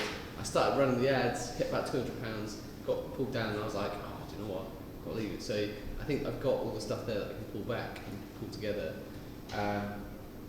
Would you go Meta ads, or would you go YouTube ads? Or would you do Well, for you, Meta. Meta, cool. Yeah, I've tried e-com targeting like 7-figure e-com businesses on YouTube. It's just a little, I mean, it worked for Leighton, right? But it's like, it's going to take a little bit more cash. Yeah. Facebook's a little bit easier to get to work faster for that type of I suppose niche. I'm also thinking, do you know what? TikTok's probably a good place in a way, because that's where I think a lot of some of these 6 and 7-figure brands do sit, potentially. But I think I'll start with Meta. Start with Meta because it's easier to target a business owner on Meta versus TikTok. Like you're going to get a lot of junk traffic on TikTok compared to Meta when you first start. How would you go about the target side of things for that? Well, it's going to be the creative that does the main part of your targeting. Target Claudio. Love it. So would you use interest targeting, or would you go broad? Never go broad, dude. I actually disagree with that. So do I. That's why I was like, what do we do? In my opinion, if you do run ads for e-com stores, go broad as hell. If you do it high ticket, my personal opinion after spending like 7 figures on high ticket leads is to just layer interests. Yeah. And once you have enough volume, then you can go into broader lookalikes. Cool. But I wouldn't ever target broad in the beginning. You're going to waste so much money. And if you want higher ticket clients, I would also only target iOS. Yeah, we go broad pretty much for a lot of our campaigns as well. And the creative is what does the targeting. But you got to be very clear on this. Like what you just wrote down for your offer, you got to have that in your first line, in your first hook, in your headline. You got to make that crystal clear because then Meta will use that and then find the ideal client for you. Yes, it'll take a little bit more for sure, but they'll eventually, the algorithm's so good. Yeah. And how many variations of the ad do you make? Just 5 hooks. 5 hooks. 5 hooks, 1 body to start. And what kind of example hook would you use? Say again? What example hook would you use? I mean, the pain point, right? The pain point of what the client's going through. Unpredictable revenue, inconsistent lead flow, relying on organic traffic, which one month is great, the next month goes down the toilet. You want something consistent, that's predictable, and most importantly, scalable, right? That's exactly what I've done, and I help all these clients do it, right? So that's the hook. It's just the pain point and the problem. So you want to call out the problem and the pain point and the ideal client, ideally all in the first 5 to 10 seconds. Does that make sense? Yeah, could you say that to you one more time? Yeah, you want to call out the ideal client and their pain point and problem within the first 5 to 10 seconds. Okay, cool. And then the story comes later, right? Which is you and educating them on what you do. And then the call to action to obviously watch the training. Yeah. So then they would go from ad, go to landing, which is going to be a VSL, and then what would the... Opt-in page, VSL. Yeah. So ads, opt-in page, you collect the email, first name, phone number. Yeah. VSL, where they can click to apply. And in terms of like the VSL, what would you specifically cover in that? What would your structure be, do you reckon? Well, for you, I would do more of like a walkthrough of like just showing everything you help the client with, step by step, and what they get, so they can see a visual of it, and then actually just layer in case study after case study after case study after case study. Yeah. And tell the stories of how those transformations happened, how long it took, where they were before they started working with you. And then again, the number one thing that all these clients have in common that you're seeing right now is they booked a call. Yeah. Right? Yeah. They booked a call. And then you can name it something similar like an audit. That's always good. Yeah, we call ours a free ad spend audit. Yeah. So would you say like, I'll do an audit and then tell you if you're a good fit or not? Exactly. It's like, I can't tell you if I can help your business or not. I don't know what you do, what your price points are, what your offer looks like. That's exactly why we have these calls, to discover more about your business. Pop the virtual hood open of your business, take a look at your offer, your funnel, your ads, if you're running any, and see what the bottlenecks are. Then create a custom game plan for you specific on how you can scale further and faster. If we can't help you, we won't make you an offer. If we can, we'll make you an offer, but you're not obligated to buy it. Choice is yours. You'll still leave the call with value. That's how I always frame the call. Because it's a valuable call. Yeah, I really like that. Does that help? That was incredible, yeah. Cool. Good there? Yeah. I'm curious about the offer part as well. Is anyone running a pure growth partner model in the room? I work with the growth partner, so I'm familiar with what it is. I've done a little bit of the growth partner stuff. Okay, so obviously the bottleneck is if the person pivots, wants to do something else, the revenue can be inconsistent. So that's why I have retainers now in the new deals, but are not as high as they should be, ideally. How much are you charging now? $5 grand. Okay, yeah, that's good. Yeah. Compared to what was before. Yeah, compared to nothing, so it's obviously more consistent.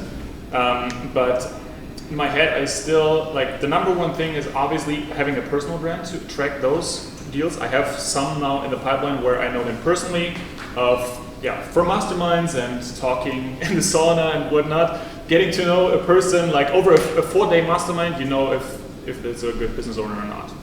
But I don't think, obviously it's not as scalable in terms of client acquisition, so the question is at what point or how much focus should I split off of this growth partner model and build out a different offer for that? So I have the book almost finished. So I'm gonna obviously push that out. And the idea of the book was just to break even basically on ads and get my face out there. So I wanted to position like meta courses or email marketing courses and maybe even make some profit off of that. But what would you even sell anything afterwards, or just purely go to those shares? I closed someone on a consulting call and on a one-on-one. I charged 10 grand for 3 months, and after like 4 calls, I was honestly like, that's not a dream client. I don't want to work with him, and I quit it, and I just charged the 3.3K, and that's it basically. So I'm curious whether you would maybe do a hybrid, And Sam actually got me to that idea basically through that WhatsApp automation. I know in the States nobody uses WhatsApp, but Go High Level has this integration where you can send WhatsApp not through the WhatsApp API, but through your general WhatsApp basically. And I dropped that on a mastermind, and out of 10 people, 8 said, I want that offer. So I know that offer works. The question is, does it even make sense to basically build out a whole business department around that offer just to have something else? Let's go back to the goal, right? What's the goal? 83.333, right? Yeah, or making $1 million profit, basically. Yeah. That's even more than. Is the offer different or just the contract and payment difference? The offer is completely different. Okay. Well, I mean, the transformation for the company is the same though, right? It's just like they're paying you based on growth model versus on retainer? Yeah, so the WhatsApp part of it is, well, you integrate it into your lead, between the lead gen and the setting part.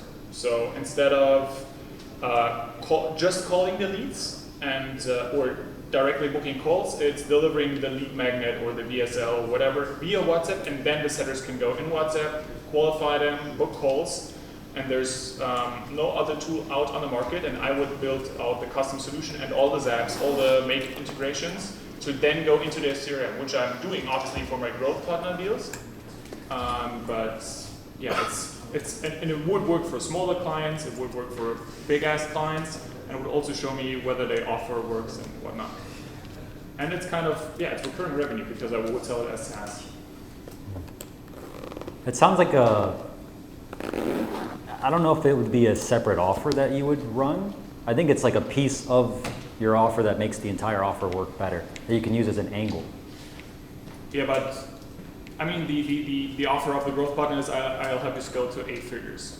Which is it's like everything though, right? Like you help them with everything. I do help them with everything. Yeah. I build out the CRM, I build out this automation, I build out their marketing funnels, their video sales, their ads. Thing be like your front end offer to get them. Yeah. Yeah, I think Good, Cold exactly. Blooded does that really well. Cold Blooded said there was like what is it called, a short form funnel ad, like how you can fill up a lead with funnels. And then I got sold on a sales training, which I needed. So it's just like a piece of his marketing he used to actually just get leads in. Yeah. Just like change as well. Yeah, but it was the same offer. It was STA, exactly but he just took a piece of it. Yeah, it's like and short ran form it. ad funnel, clicked on it, how to get set as, and I'm like, okay, now I'm buying a sales training. Well, this offer should be scalable though, because that obviously makes a lot of money in stacks cash. Because I can't take on like 20 growth partner deals, and I don't want to. So the core offer this should be a core offer in itself. My friend does that where he does like apps for fitness influencers, but his current outreach offer is basically will help you get monetized on X within like 90 days because they have this new thing now. So he hooks him in with that, but then when he gets him on the call, he's like, oh, we noticed you don't have a fitness app, and then he sells him on that, then that's their main thing, but he's had massive success with it. So like, it's something similar where you just have like a different mechanism to get people in, but then you're trying to sell them on the main thing. It's kind of like how Closers runs a lot of ads that just says we'll place a high-performing salesperson in your team, which is a very, very small percentage of what they do. But that's just like the marketing angle that they're taking, and then they sell you what you. That's how I got into it. Yeah, they like sell you what you want, give you what you need, and they're like, oh wait, you can't actually have somebody in that for a while. So to me, it's like a marketing ploy rather than a massive change. I mean, I understand that there's other parts of it, but you can. Yeah. So, but then I would need a core offer after that. So maybe a hybrid. That's the rest of your company. It's like everything else you do. Yeah, I mean, I have 4 growth partner deals right now, and I have 3 more lined up. So if I take those on, once I have more people, I don't even need more deals, to be honest. So and basically it's just waiting for my clients to implement what I've told them, or filming scripts. In the meantime, I can work on something else, basically that, or getting something else sorted. How many clients do you need to get to your goal? Well, theoretically, you just one. But because in the GP model, you could take, if you get to 8 figures, you take revenue share. Yeah. You only need like 3 clients, like 5 clients. Yes, exactly. So we have one client is at 250 right now, and we have upsells in the pipeline, and we will be hitting $1 million a month, and hopefully by the end of the year, maybe Q1. Your goal, Wolf, should be to build such a big personal brand and have so many leads coming in that you can recycle clients who are just not doing their work. Because if you want to stay with like 10 or less growth partner clients and hit 100K a month and like make it be more profit, then you need a system to get more qualified leads in the door and be able to replace existing clients that aren't taking action. Yeah. So regardless, you should run some traffic to get more leads that are qualified to eventually become a growth partner client. Yeah. So you're going to have your own offer. So would you then do the WhatsApp setup, or the hybrid basically will help you run your initial ads, like basically like you do on YouTube? We script out the ads, we'll set it up, and support you for the next, I don't know. I think both can work. It just depends what's easier and better. I mean, like both can work. So the WhatsApp thing is easier to fulfill and nicer, like long term, but obviously you would then need setters to be able to book calls, and then I would have to train them on that in order for them to see a result. So the target audience or a total addressable market is much smaller once again. But people that understand this, they love it. I mean, like your angle, I'm thinking, could actually just be anti-agency as well. It's like most agencies suck, right? They're too slow, take too long, response time goes down as they scale. You're just another number on their client roster, right? What we do is different, right? We're growth partners, right? I actually come into your business, and like the ad, that's basically the ad. You're just positioning yourself against agencies. But the way you do it is hands-on consulting, done for you, plus done with you. And like you're targeting a very specific type of business owner who doesn't want an agency. They want an in-house sort of team member. That's kind of you, but you're coming in as like a growth partner, consultant, operator essentially. Yeah, but like you said, it's basically just having people on the back burner waiting to replace others. That's your problem, yeah, because you do such a good job with the clients you have, but it's the clients that you do have. Because I know like the growth partners that I know that do it at the highest scale, like Jeremy and the other guys, Jacob and Jordan, right? Like they're calling it growth partner, but like Jacob and Jordan, they're just doing agency. Like it's just an agency. They just have a bunch of clients. Jeremy, He goes deep, Jeremy, though. Jeremy goes deep, but he also has 10 clients, and out of those 10 clients, one of them's making him the most amount of money. Yeah. Who's this, The other Jeremy ones, Haynes? yeah, Jeremy Haynes. And who's the other person? Jacob and Jordan from Growth Partners. Jordan Lee, is it? Yes. Yeah. But Jeremy's the only one that I know that's like doing it at the highest level, and everyone else sort of. You are familiar with Sebastian Scholinsky, right? Yes. Yeah. So he tells, or his marketing is, I am a growth partner, but I don't do anything done for you. It's purely, I don't know, coaching and daily Slack and KPI meetings and stuff like that. But I don't do anything done for you. They just give the SOPs. They completely took over the e-commerce market with that model by basically saying fuck your agency, but they're not even doing the agency stuff themselves. And it feels kind of. I mean, obviously it works. They scale their clients. But the question is how scalable it is. So let's keep it simple for you though, right? So like, for example, the question was, should you run this WhatsApp offer? And the goal is to get to 100K a month. And the problem is you have clients right now that are on retainer, but they're not taking action to get you to that rev share. So you need better quality clients. And you need to be able to recycle clients quicker to be able to get to that goal, if you want to keep this model. Yeah, exactly. So in the model, the problem right now is I can't scale, I can't push the ads because we're lacking setters. And out of the 4 deals in 3, I have to control, not directly, a business partner does the sales, but he has obviously the same bottlenecks. He's currently running recruiting ads to get new people in the door, but I could instantly triple the lead volume within a month.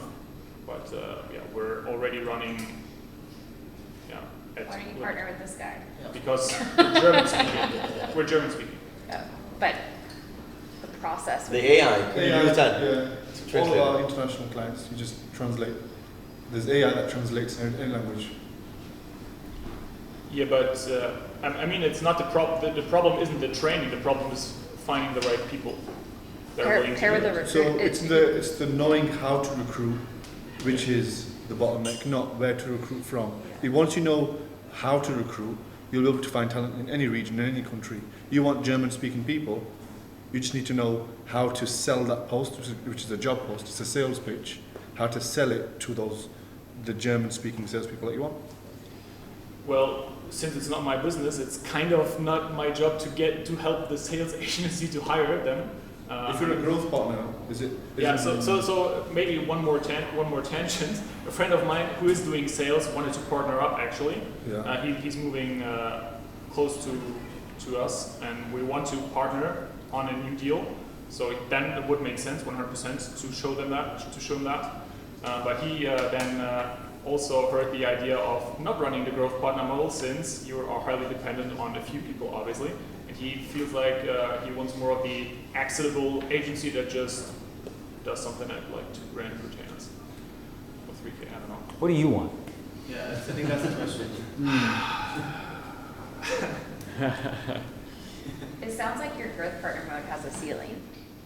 100%. I wouldn't Yeah, of enter course. that at all, because right now your goal is 83. What happens when you get there? The next goal will be 200, the next goal is 300, and you're maxed out on scale. It's not like a business that you can exit. Yeah, we'll That's try true, to yeah. sign up have to do a secondary offer once they get to say 200. So I've got a friend who's doing it right. I'm also now doing a lot of money growth plan model, and he's like, I can't scale this anymore. I'll go absolutely insane. So he's gone to info, and that is what most GPs I know end up doing. So Yeah. really, right. Yeah, so I love teaching, so that's obviously one of the options I mean, dude, you have a book. Like, Exactly. why don't you just become the next guy, bro, in German market and sell your own product? Yeah. Facts. Yeah. That's it. No. Because like, it's comfortable to keep this recurring stuff, man. But like, I've known you. I mean, Wolf's been here for the OG of the Mastermind, which is awesome. So shout out to Wolf. And you know, I think you have so much more potential, dude. And I think you're actually bottlenecking your growth by sticking to the GP model specifically. I hate the idea of GP as well. It's like you're growing other people's businesses. It's a stepping stone. It's just like Yeah. it's a stepping stone. You learned everything now. Yeah. Now it's time to just deploy it for yourself. You can go way faster, make way more money, and have the impact that you want long term. You're gonna do it anyways. It's just a matter of like, if you want to just cut the cord now and let those clients churn naturally, so you can start focusing on your offer. So then the offer would be Well, running ads. yeah, I mean, what do you, you're good. ROAS 10. Yeah, there you go. That's it. The book's the front end, the back end's the coaching. Exactly. Yep. Yeah, you have your own course, coaching hybrid, maybe some done for you, right? But it's a productized offer. It's a And then scalable the offer. WhatsApp is like an upsell Yeah. rather than like, or a core off. Like it could be the intro, like the lead magnet, the tripwire, but I'm not sure. Yeah, only a certain amount of people would probably even need that or be ready Yeah. for it. But yeah, you can still have it in the offer. Yeah, the WhatsApp thing is once they already run ads, but then it makes sense to upsell them onto run ads the right way. Yeah, that could be in your eventual back end or In something. my marketing, I don't even tell them anything about the WhatsApp integration. or Yeah, any yeah. of that stuff. It's just, Yeah, they just want the result. They just want the transformation. The WhatsApp is just how they get it. Wolf, do you know your long-term goal? Say again? Do you know a long-term goal? Do you have one? Not 100% clear now. It'll come to you, and then when that comes to you, you can work backwards. And because that's not clear to you right now, yeah. Yeah. So just think like if you can't decide where you want your business to be years from now, just decide the person that you want to be years from now, and that kind of connects with you. The reason I started the growth partner model is because basically I didn't want to, I didn't want a lame business where it's just repeatable processes. Some part of me obviously wants it to have an exitable business, but some part of me, the gaming is so deeply rooted that I want the next level and want the next challenge basically, and that is the growth partner model. You could still do it on the back end, but only for like big people, and you just get like a lot more money out of it. Yeah, like we have our own main thing, and I still work with clients because it's my favorite thing in the world. I just charge $16K a month to talk to you 4 times. So I like pick and choose my faves. Yeah, just think about how you can make the growth partner like the ultimate tier, but like you're not like this is where you want to be scaling, like the front end. Yeah. Like they gotta pay to even do a sales call. Yes. So yeah, that makes total sense. So if I go, I mean the brand is growthpartner.io basically, translated to German. So would you then go out with the growth pod and everyone wants a growth pod and then say, fuck off, it's too expensive for you, basically, and then downsell them? Well, most people won't even need a growth partner, right? They'll need all the stuff that you can help them install in their business so they can have a proper foundation to scale. So that's where your coaching course hybrid will really be the thing, the downsell essentially. The question is, what is the transformation that you're selling? Exactly, Where yeah. are they now and where are you taking them? And then all the things in the middle literally don't matter. Yeah, that's true. And the growth partner stuff, if you're still one of those clients, charge them a really freaking high sum and use them as your big case studies. That's what I'm saying. Exactly. Your marquee. But it's ridiculous sums, like 50K a month. Yeah, with the Plus growth partner model, I target like 7 figures and help them scale to 8. So then with the coaching, I obviously go 6 to 7 figures or something like that. Yeah, you just downsell everybody who's not 7 into the education done with you. And as you grow, then you'll be like, I only work with growth partners in 8 figures. I only work with growth Scale to partners. 9 figures. So that's it's true. Those are that's will be the next vision. Makes sense. So would you start off with a hybrid or with just pure coaching? I think it's more of a you problem than like the other problem. Like, what do you want to do? Because everything works. Well, yeah, look, the proven structure is, like, let's not mix, like the structure that we have is just a little bit different. It's just a done for you mixed with done with you elements, right? But it's the same basically thing that you're going to be offering. It's coaching, course, consulting, maybe some done for you, right? Whatever you call it is up to you, but what's going to get them the transformation in a 12-week, 16-week time frame, and how do you want to deliver it? Steal their entire thing. It's like really good. Sure, yeah. Like truly, just make it your own. That's what I'm gonna Someone told me yesterday I should launch an offer selling the hybrid offer. Was that you? That was you, yeah. Just like tweak it. Don't give Brian any more ideas. Charlie, come on, dude. Hey, his Yeah, dude, job is to honestly, say no. just take it. I mean, you're doing it in the German market, you know? It's a great offer. Can I jam on that hybrid thing for a minute? Sure, yeah. I mean, the rest of it's offer and messaging anyway. So yeah, this so is... it's on offer. So it's like. Wolf, are you good though? Yeah, I have to find my polarista anyway. So. But you feel good about like, because I want to make sure that we don't 4 months from now come back and you're like the growth partner. Like, I want to make sure you're clear on your next steps for this offer. Well, I'm not 100% clear on the next steps, no. No? Are you clear that you got to launch your own offer? Yeah, that's 100%. Okay. Clear, yeah. All right. So as long as that's clear, though, the rest will come. But Slightly leaning towards one or the other. Or is it really? I'm 100%. I'm just totally unsure. Even more. It also just like makes your offer sound like way sexier when you're like talking to a client and you're like, hey, I do this offer, I can set it up for you. Yes, I am interested in doing growth partnerships, but I only do that for 8-figure businesses. Like, it's not worth my time otherwise. Then you're like setting a number on your time, and even if people aren't like interested in paying the number that you're offering them, then the lower offer becomes like way sexier as well, because they still get some access, but not the same amount. yeah, you're not changing anything. You're just Yeah. you're just doing the same thing, but you're downselling most people who just can't afford you or don't qualify for that offer And it's anymore. almost comes like a selling point. Like I said, like listen, it's 50K to be an agency client for your real estate business, but we have this offer where we can help you do it yourself, and you're not dependent on us. And you can figure out how to grow the company, and that makes much more sense. And you can always upgrade to exactly. growth partner later, giving you a But call. really and truly, everyone wants to be able to do it themselves. So Yep. once they have that skill, it's like, okay, now I'm not dependent on a marketing agency to do it. Exactly. So it makes much better communication than I feel. Cool. Yeah. Okay. Yeah, I think I've been just trying to, because obviously we have the agency model and it's great, but it's just very labor intensive. So if we want to like double our revenue, like potentially we have to double our team or even just like add more referral services, which I don't want to do because it just adds more complexity. Yeah. So I was chatting with people yesterday and I've been thinking more about, okay, what if we do just start to offer more like consulting with some brands and getting them to just like, you know, just walk them through how they can get their team to do it for them. Or get their team to do it, but I really like the hybrid model because we already hop in and do like flow setups for people, but we only charge 5K for it, right? And like it's generally for people that aren't doing, you know, high revenue. We're not able to work with them, so we just charge them 5K.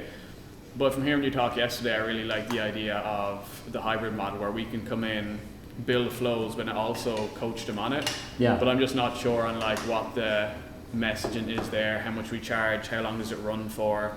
So I'm just curious to see what way you do it and what would you recommend. So right now you charge 5K. You said a month. Well, that's we do like flow setups, which is 5K, but generally that's for people that like aren't qualified to work with us on a monthly basis. And we charge like So that's like basically a front end for your back end. But our agents, no, our core offer is 2.5K per month pounds, so about $3K plus a percentage of email sales. So that's what like majority of our clients are on.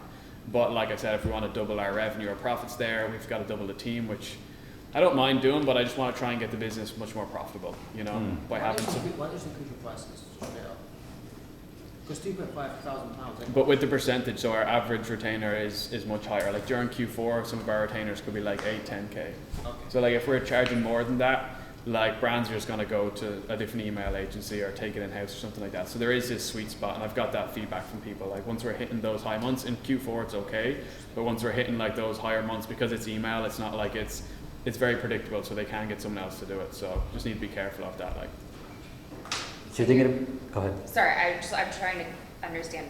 Right now you're completely done for you. Yeah. And you're wondering how to get down to the hybrid model. For sure, to be more profitable. So you're potentially, like this is an issue that we really ran into because writing is not a skill that most people have, and like there's no way to train it. The way that we were able to drop down to it was we do a group coaching session on copywriting like 4 times a week, where people can like look at the templates and they come in and we're just like, that's not what we freaking meant. Please change this. But that's the only way to like, writing's really hard. And like, I do think that you could upsell potentially people doing the writing for them, because like there's no good way to get a bad writer to turn into a good But writer. with e-com, it's a lot of design as well. Yeah. Design? Yeah, like I'm not going to do it either. But you could do group coaching calls, essentially, like have a design call and then have a copywriting call. Yeah. What do you design? Well, with e-com, it's a lot of like, obviously it's all e-commerce products, so a lot of the time it's like design, the emails, there's a mix of like just text-based emails, which is obviously just copywriting, but then there's obviously you got to show the product, so you have to have a nice visual. And for some brands, it's just a simple structure of good content, but other brands, obviously everything's designed up in Figma and it's like looking beautiful and stuff like that. So but the problem is it is very labor intensive, so that's what I'm thinking, like, is it something that brands even want to do, because you still need someone to kind of do it, you know what I mean? So that's why I'm just trying to figure it all out. Doesn't that massively hurt the deliverability? Like with tons of images? And No, not at all. No, that's a false belief. Okay. If you just add alt text and if you just compress your images, like we've tested a bunch, it still works fine. Okay. Yeah. What we do when we train real estate agents how to run their own ads. We have a tab on our software called Design Ads, and there's the exact text to use, just to fill in the blanks. Yeah, so just templates. And there's also a Canva link to the exact image they can use that's like locked on certain parts. So all they literally have to do is just drag and drop into your templates you built for them. And like sometimes we customize the templates for the brand. Like if a real estate agency, like brokerage, speaks to us, we'll customize their templates for them. Yeah. And then it's literally just Canva. Like I don't know how customizable yours are. No, yeah, it is. We do have a bunch of templates, and there's other products out there as well. So if we could build their flows for them and then have the campaigns, it's just a bunch of templates. We're going to do a hybrid and just be, we build it before and then just coach them how to manage it themselves. Yeah. Yeah. How long would you do the hybrid for then? Is it a 3-month thing, a 2-month thing? Ours is 16 right now. 16 weeks. 16 weeks? 16 weeks, yeah. We started with 16 because typically it takes anywhere from 21 to 28 days to get up and running for us, because there's videos that need to be filmed. Obviously, we're trying to shorten that as much as possible, but 12 to 16 weeks is usually a good spot. And what's your pricing difference between like between the hybrid versus like the agency? Well, the agency, again, we don't really promote the agency much anymore. Most people don't qualify, but our agency at this point is 15K a month plus percentage. Yeah. So it's not very so high. So you think we should almost do it, because ideally like 8-figure brands are obviously just way better for us. They've got a way bigger email list. We can charge more and they get way more from it. So potentially if people aren't 8 figures just for 7-figure brands, or say like this, we only do this hybrid model. Yeah, I mean, that's exactly. So this is why we launched the hybrid model. I think I've showed this to some of you guys on the calls inside the Mastermind before. But the problem was with the agency, this was the bottleneck. And this represents the total addressable market, right? Everybody who's in the niche that we serve. There's only a small percentage of them that actually, qualify for done for you, that can afford 15K a month. Not many businesses are making 100K a month, right? So finding someone who can make 250K a month, has a dialed in sales process, funnel, offer, it's not a lot of people. That's why like the agency for me was always, I grew it very quickly because I was always going to masterminds and events and networking, joining coaching programs, building goodwill, and naturally people would put my training inside of their programs and I would help them. So it was a lot of just word of mouth, networking, and referrals. We got to 100K a month without even running any ads. That was just off pure like relationships. This is just YouTube ads? You never, just YouTube ads. You never thought about doing any other No, services? Just never, YouTube, never bounced around and did Facebook or anything like that. It was just YouTube, I'm the 100K a same. month. And that was the bottleneck because we couldn't ever scale past 200K a month without things breaking. Fulfillment, client results, and then also like team. So then we realized, okay, well, we basically need to create more of these clients, but how do we do that? And again, these are people that are doing like, let's just say 100K a month plus, right? So it's very, very small. But then there's this basically other segment of the market, and like these people, they're doing basically, 0 to 30K a month or so. So it's like a lot of obviously beginners because there's not a lot of people that obviously, the majority of people just don't make much money with their businesses, right? And so, actually, it's more like this. Sorry. Kind of like that. And then this segment is more like 30 to 100K a month. Yeah.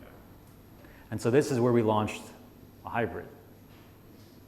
Because we know that these people don't, we can still help them, but mainly it's like offer, messaging, positioning. They don't really need ads. They just need a good offer and they need to get organic to work. And then there's this that's basically more of like a do-it-yourself type thing, right?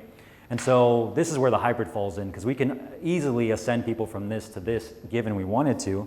But this also just increased our TAM tremendously to be able to lead still with this because this is what people want. They want done for you. And then when they get on the call, obviously they don't really qualify. And they truthfully some people just don't even need a media buyer to run their ads. They need to understand how to do it themselves if they want to be able to manage it for them later on.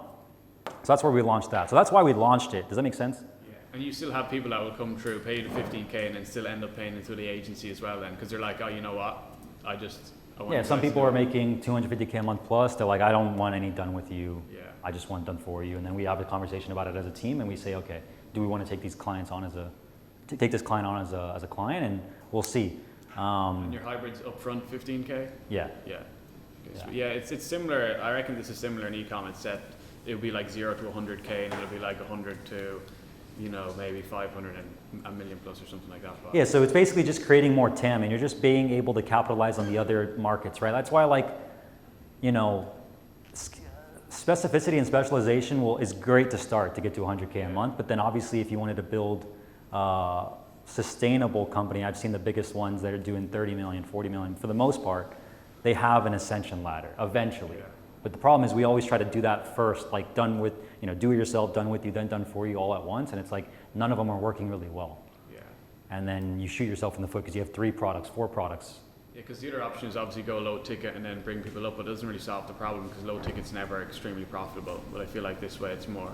And then what else are you giving them on the deliverables? So they got, yeah, so like what's the coaching course, like calls? Yeah, so it's a done for you, basically install. So we create the ads. So for us that would be we'd create the email flows, right? Exactly, yeah. Done for you plus done with you. So deliverables are 6 YouTube scripts. That's the hooks, that's the body, that's the call to actions. And then we also edit the videos.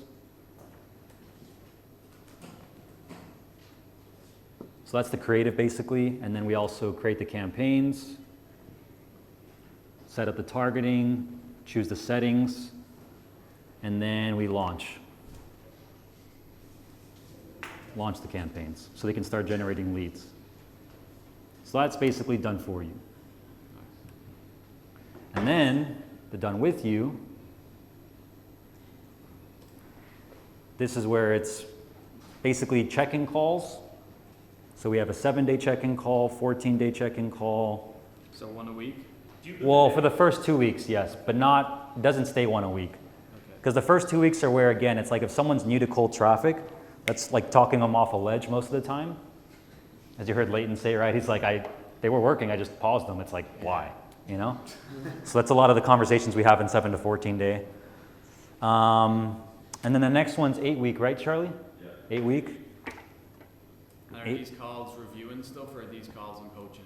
Yeah, reviewing, coaching, consulting. So like, I mean, Charlie, you hop on and review the data with them. Yeah, more so temperature checks, kind of feeling about everything, right? Because like you want to make sure that you're going into the call and understanding where their head's at, so you can articulate to what their concerns and questions are. And then from that point, it's just about getting them to understand the data, right? So what we're seeing, in our experience with running ads, this is where you're at. We have a pretty robust tracking sheet that helps us, determine what the bottleneck is, and then it's just about attacking the bottleneck, right? Whether it's a landing page conversion rate issue, more often than not, has a lot to do with, if they have, traffic that's working, diving into the sales process, maybe, like what's the quality of leads looking like, things of that nature, and then it's just more so, it's different for every client, but generally it's just temperature check, jumping into the data, and then, setting engagement between that current call and then the next call, that we're going to hop on together.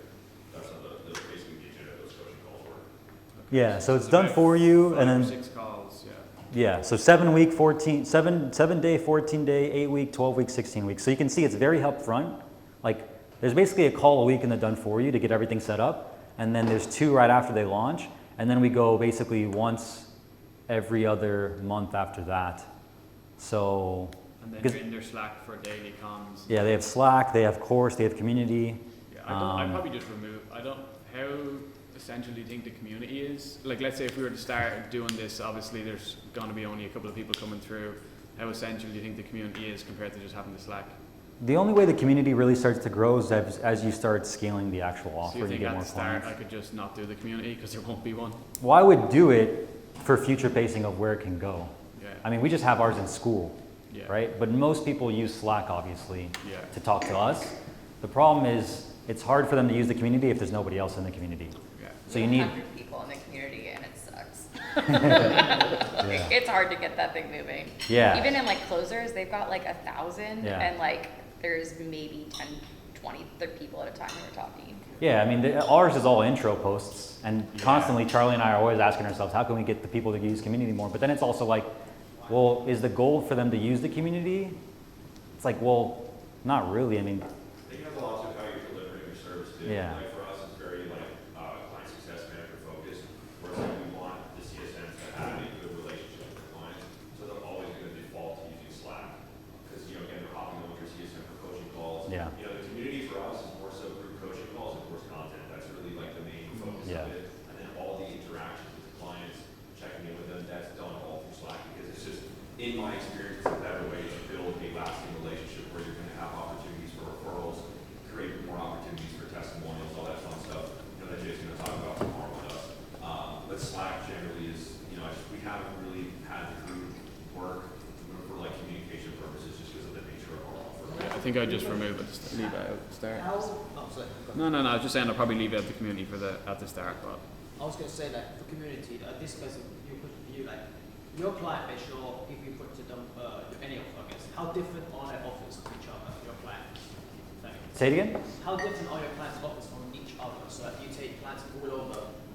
Yeah, and I was going to say for community, the reason I asked that is a lot of reasons why community channels, and I manage a lot of communities, don't work is because there's no like homogeneous nature of the client base, so they don't have anything to talk about because they literally have nothing similar, so they're just not going to talk to each other.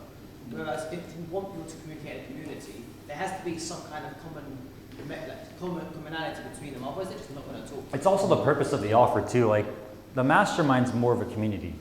Like this offers more of a community, right? Like that's what people want. But like in this offer, they just want the result. yeah. They want leads, and they want consistent qualified leads coming in to be able to offset their organic or help them be able to scale, right? So they're not really looking for a community. If it's cool, if it's there, cool, right? If they can meet a couple people, obviously we'll introduce them into the school community to a couple other people who they should know, but it's not like a big thing. The selling point really is the CSMs with this model and Slack. What about the funnels? Do you build them up? Do they all have funnels Yeah, so we have two things. We have Go High Level templates that Acel set up for us, as all the email flows, everything, automations. Demi and Acel set those up for the client, or help them set them up and show them how to do it, I should say. So it's done with you? That's done with you. Can I ask something about the community? Do you let the people stay in the community after the 4 months? No. No? No, yeah. Because we have all of our clients since 3 years back in the community. You sell them lifetime? Yeah, we haven't offered them any lifetime access, but they still got it. Okay, so that's going to be key for you, especially for your back end offer. Yeah. Yeah, I've tried lifetime and. Sell access for like $200 a month. Yeah, That's that's what I said something last we night. really- Yeah, Charlie you said Morgan it. does that. So I actually disagree with that. Okay. Because it actually cannibalizes the back end, which you want to launch. Ah. The thing is like with the front end, they get the result, and 16 weeks, they lose access. And so on the back end calls, what we do is I say, cool, so like you wanted this goal, you're here to help you get to this goal, we still need to do these things, and then we want to work with you longer, right? But if you don't continue, you lose access to the course, or sorry, you lose access to the community, Slack, check-in calls, and basically all the stuff that they got with the hybrid besides the course. They get to keep the course. But if you continue, you keep access to all of that, and you get access to in-person events. You get access to one-on-one calls with me, ad hoc calls with my team on CSMs, operations, ClickUp, organization, team, leadership, management, mastermind classes every single month with Jay coming in to teach. So I just value stack them, right? But if you did the $200 a month thing, you're just creating more complexity, and like you're gonna have to manage their time and stuff, and it creates a lot of problems. So like it's either front end and back end, because then you obviously just optimize it way more efficiently for upsells and extensions. I actually have a bit of a different outlook on the community. So with a lot of our clients' communities, we've managed to get them a lot busier, and it obviously will reduce their churn, because the outlook is it's easy to leave a coaching program, it's hard to leave a community, but communities are hard to grow. So what we do is on the onboarding call for a client, at the end of the onboarding call, the CSM knows to take a screen grab with everyone doing a thumbs up. That gets posted in the community. The then CSM would make the post in the community and says, guys, welcome John. He's here from X and he's here to do this. And then you encourage others on the coaching calls to go and comment, the ones who are turning up to coaching calls. And then when someone comes into your program, they'll click through the community and they'll see it's active. Then they'll then comment and be active. So you have to jumpstart it initially. Once you've done the jumpstarting, everyone is then interactive. So in all of our coaching clients, we give them little tips on how to get their community live, and it's popping after a few weeks for them, and it massively, I think, it helps their churn, and you again facilitate people meeting, seeing value, exchange of services. So I think it's a great thing to We do that with renewals as well. So the minute anyone renews with us, our CSM will just camp a template. I'm here to stay. Congratulations, Brian's staying for another 6 months. And like I say, we get people have 4 people renewing a day sometimes. I'm like, just spread them out over like 7 days, and it just makes anyone new or anyone who's about to renew go fucking out. And also about the community, like, what's your mission statement, Brian? For AskBen.com? Yeah. We create entertaining ads that educate the world to make better decisions. Okay, that sounds amazing as well. So you know that mission statement, it should be bleeding into your community. And then if your community is also championing that mission statement, then as soon as if I get onboarded and I join your school channel and everyone's there and they believe that same mission statement that I saw from the outside, the synchronicity of the customer journey is far more cohesive.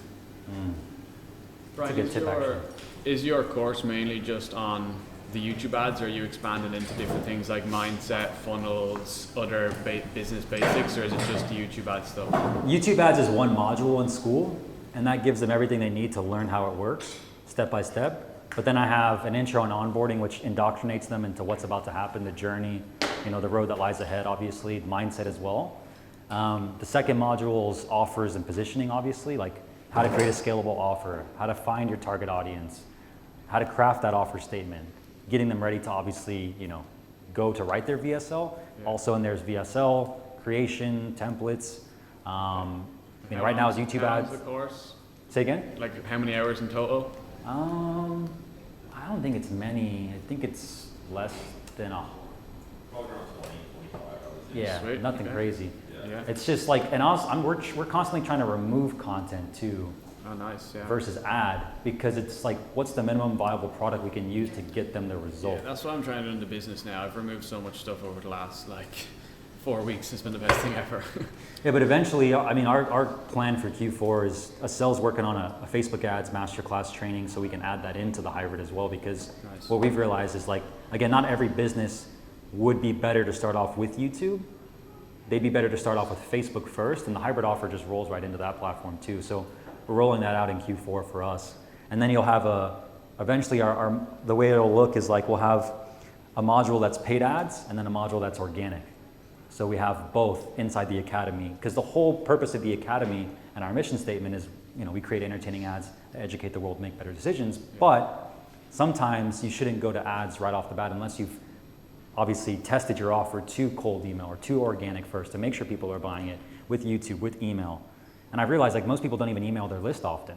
Yeah. So I got to create trainings around emailing daily, right? How I do it, how we have way more money with a 14,000 subscriber YouTube channel than somebody has 1 million subscribers. How am I doing that? So those types of content will be added, and then it'll be a seamless journey from paid ads, organic, and it'll have all of the marketing tripod stuff that I talk about: awareness, how to generate awareness, how to nurture those leads, and then how to build trust and credibility with your brand. Because that's what they need. And then the back end that we have on the Mastermind's team, leadership, management, ops, and community and in-person events.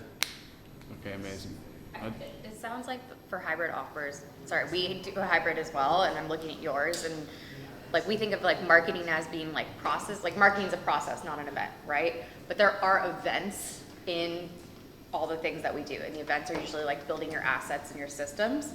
So the hybrid offer is essentially we'll do all the events, and you do and we teach you how to run the processes. And so if you think about, if anybody wants to do hybrid, right? If you think about it that way, because if you have strong assets and you have strong those pieces, then the rest of it's kind of it's easier to.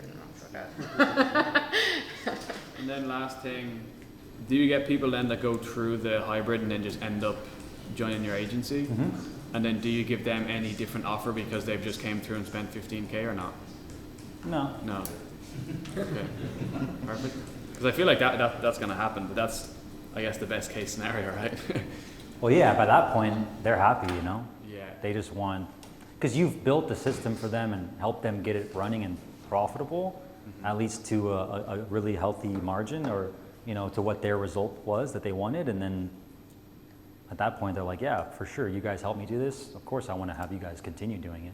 Okay, great. Yeah, that's very helpful. Thank you. Mm-hmm. Can I ask a ascension offer question maybe?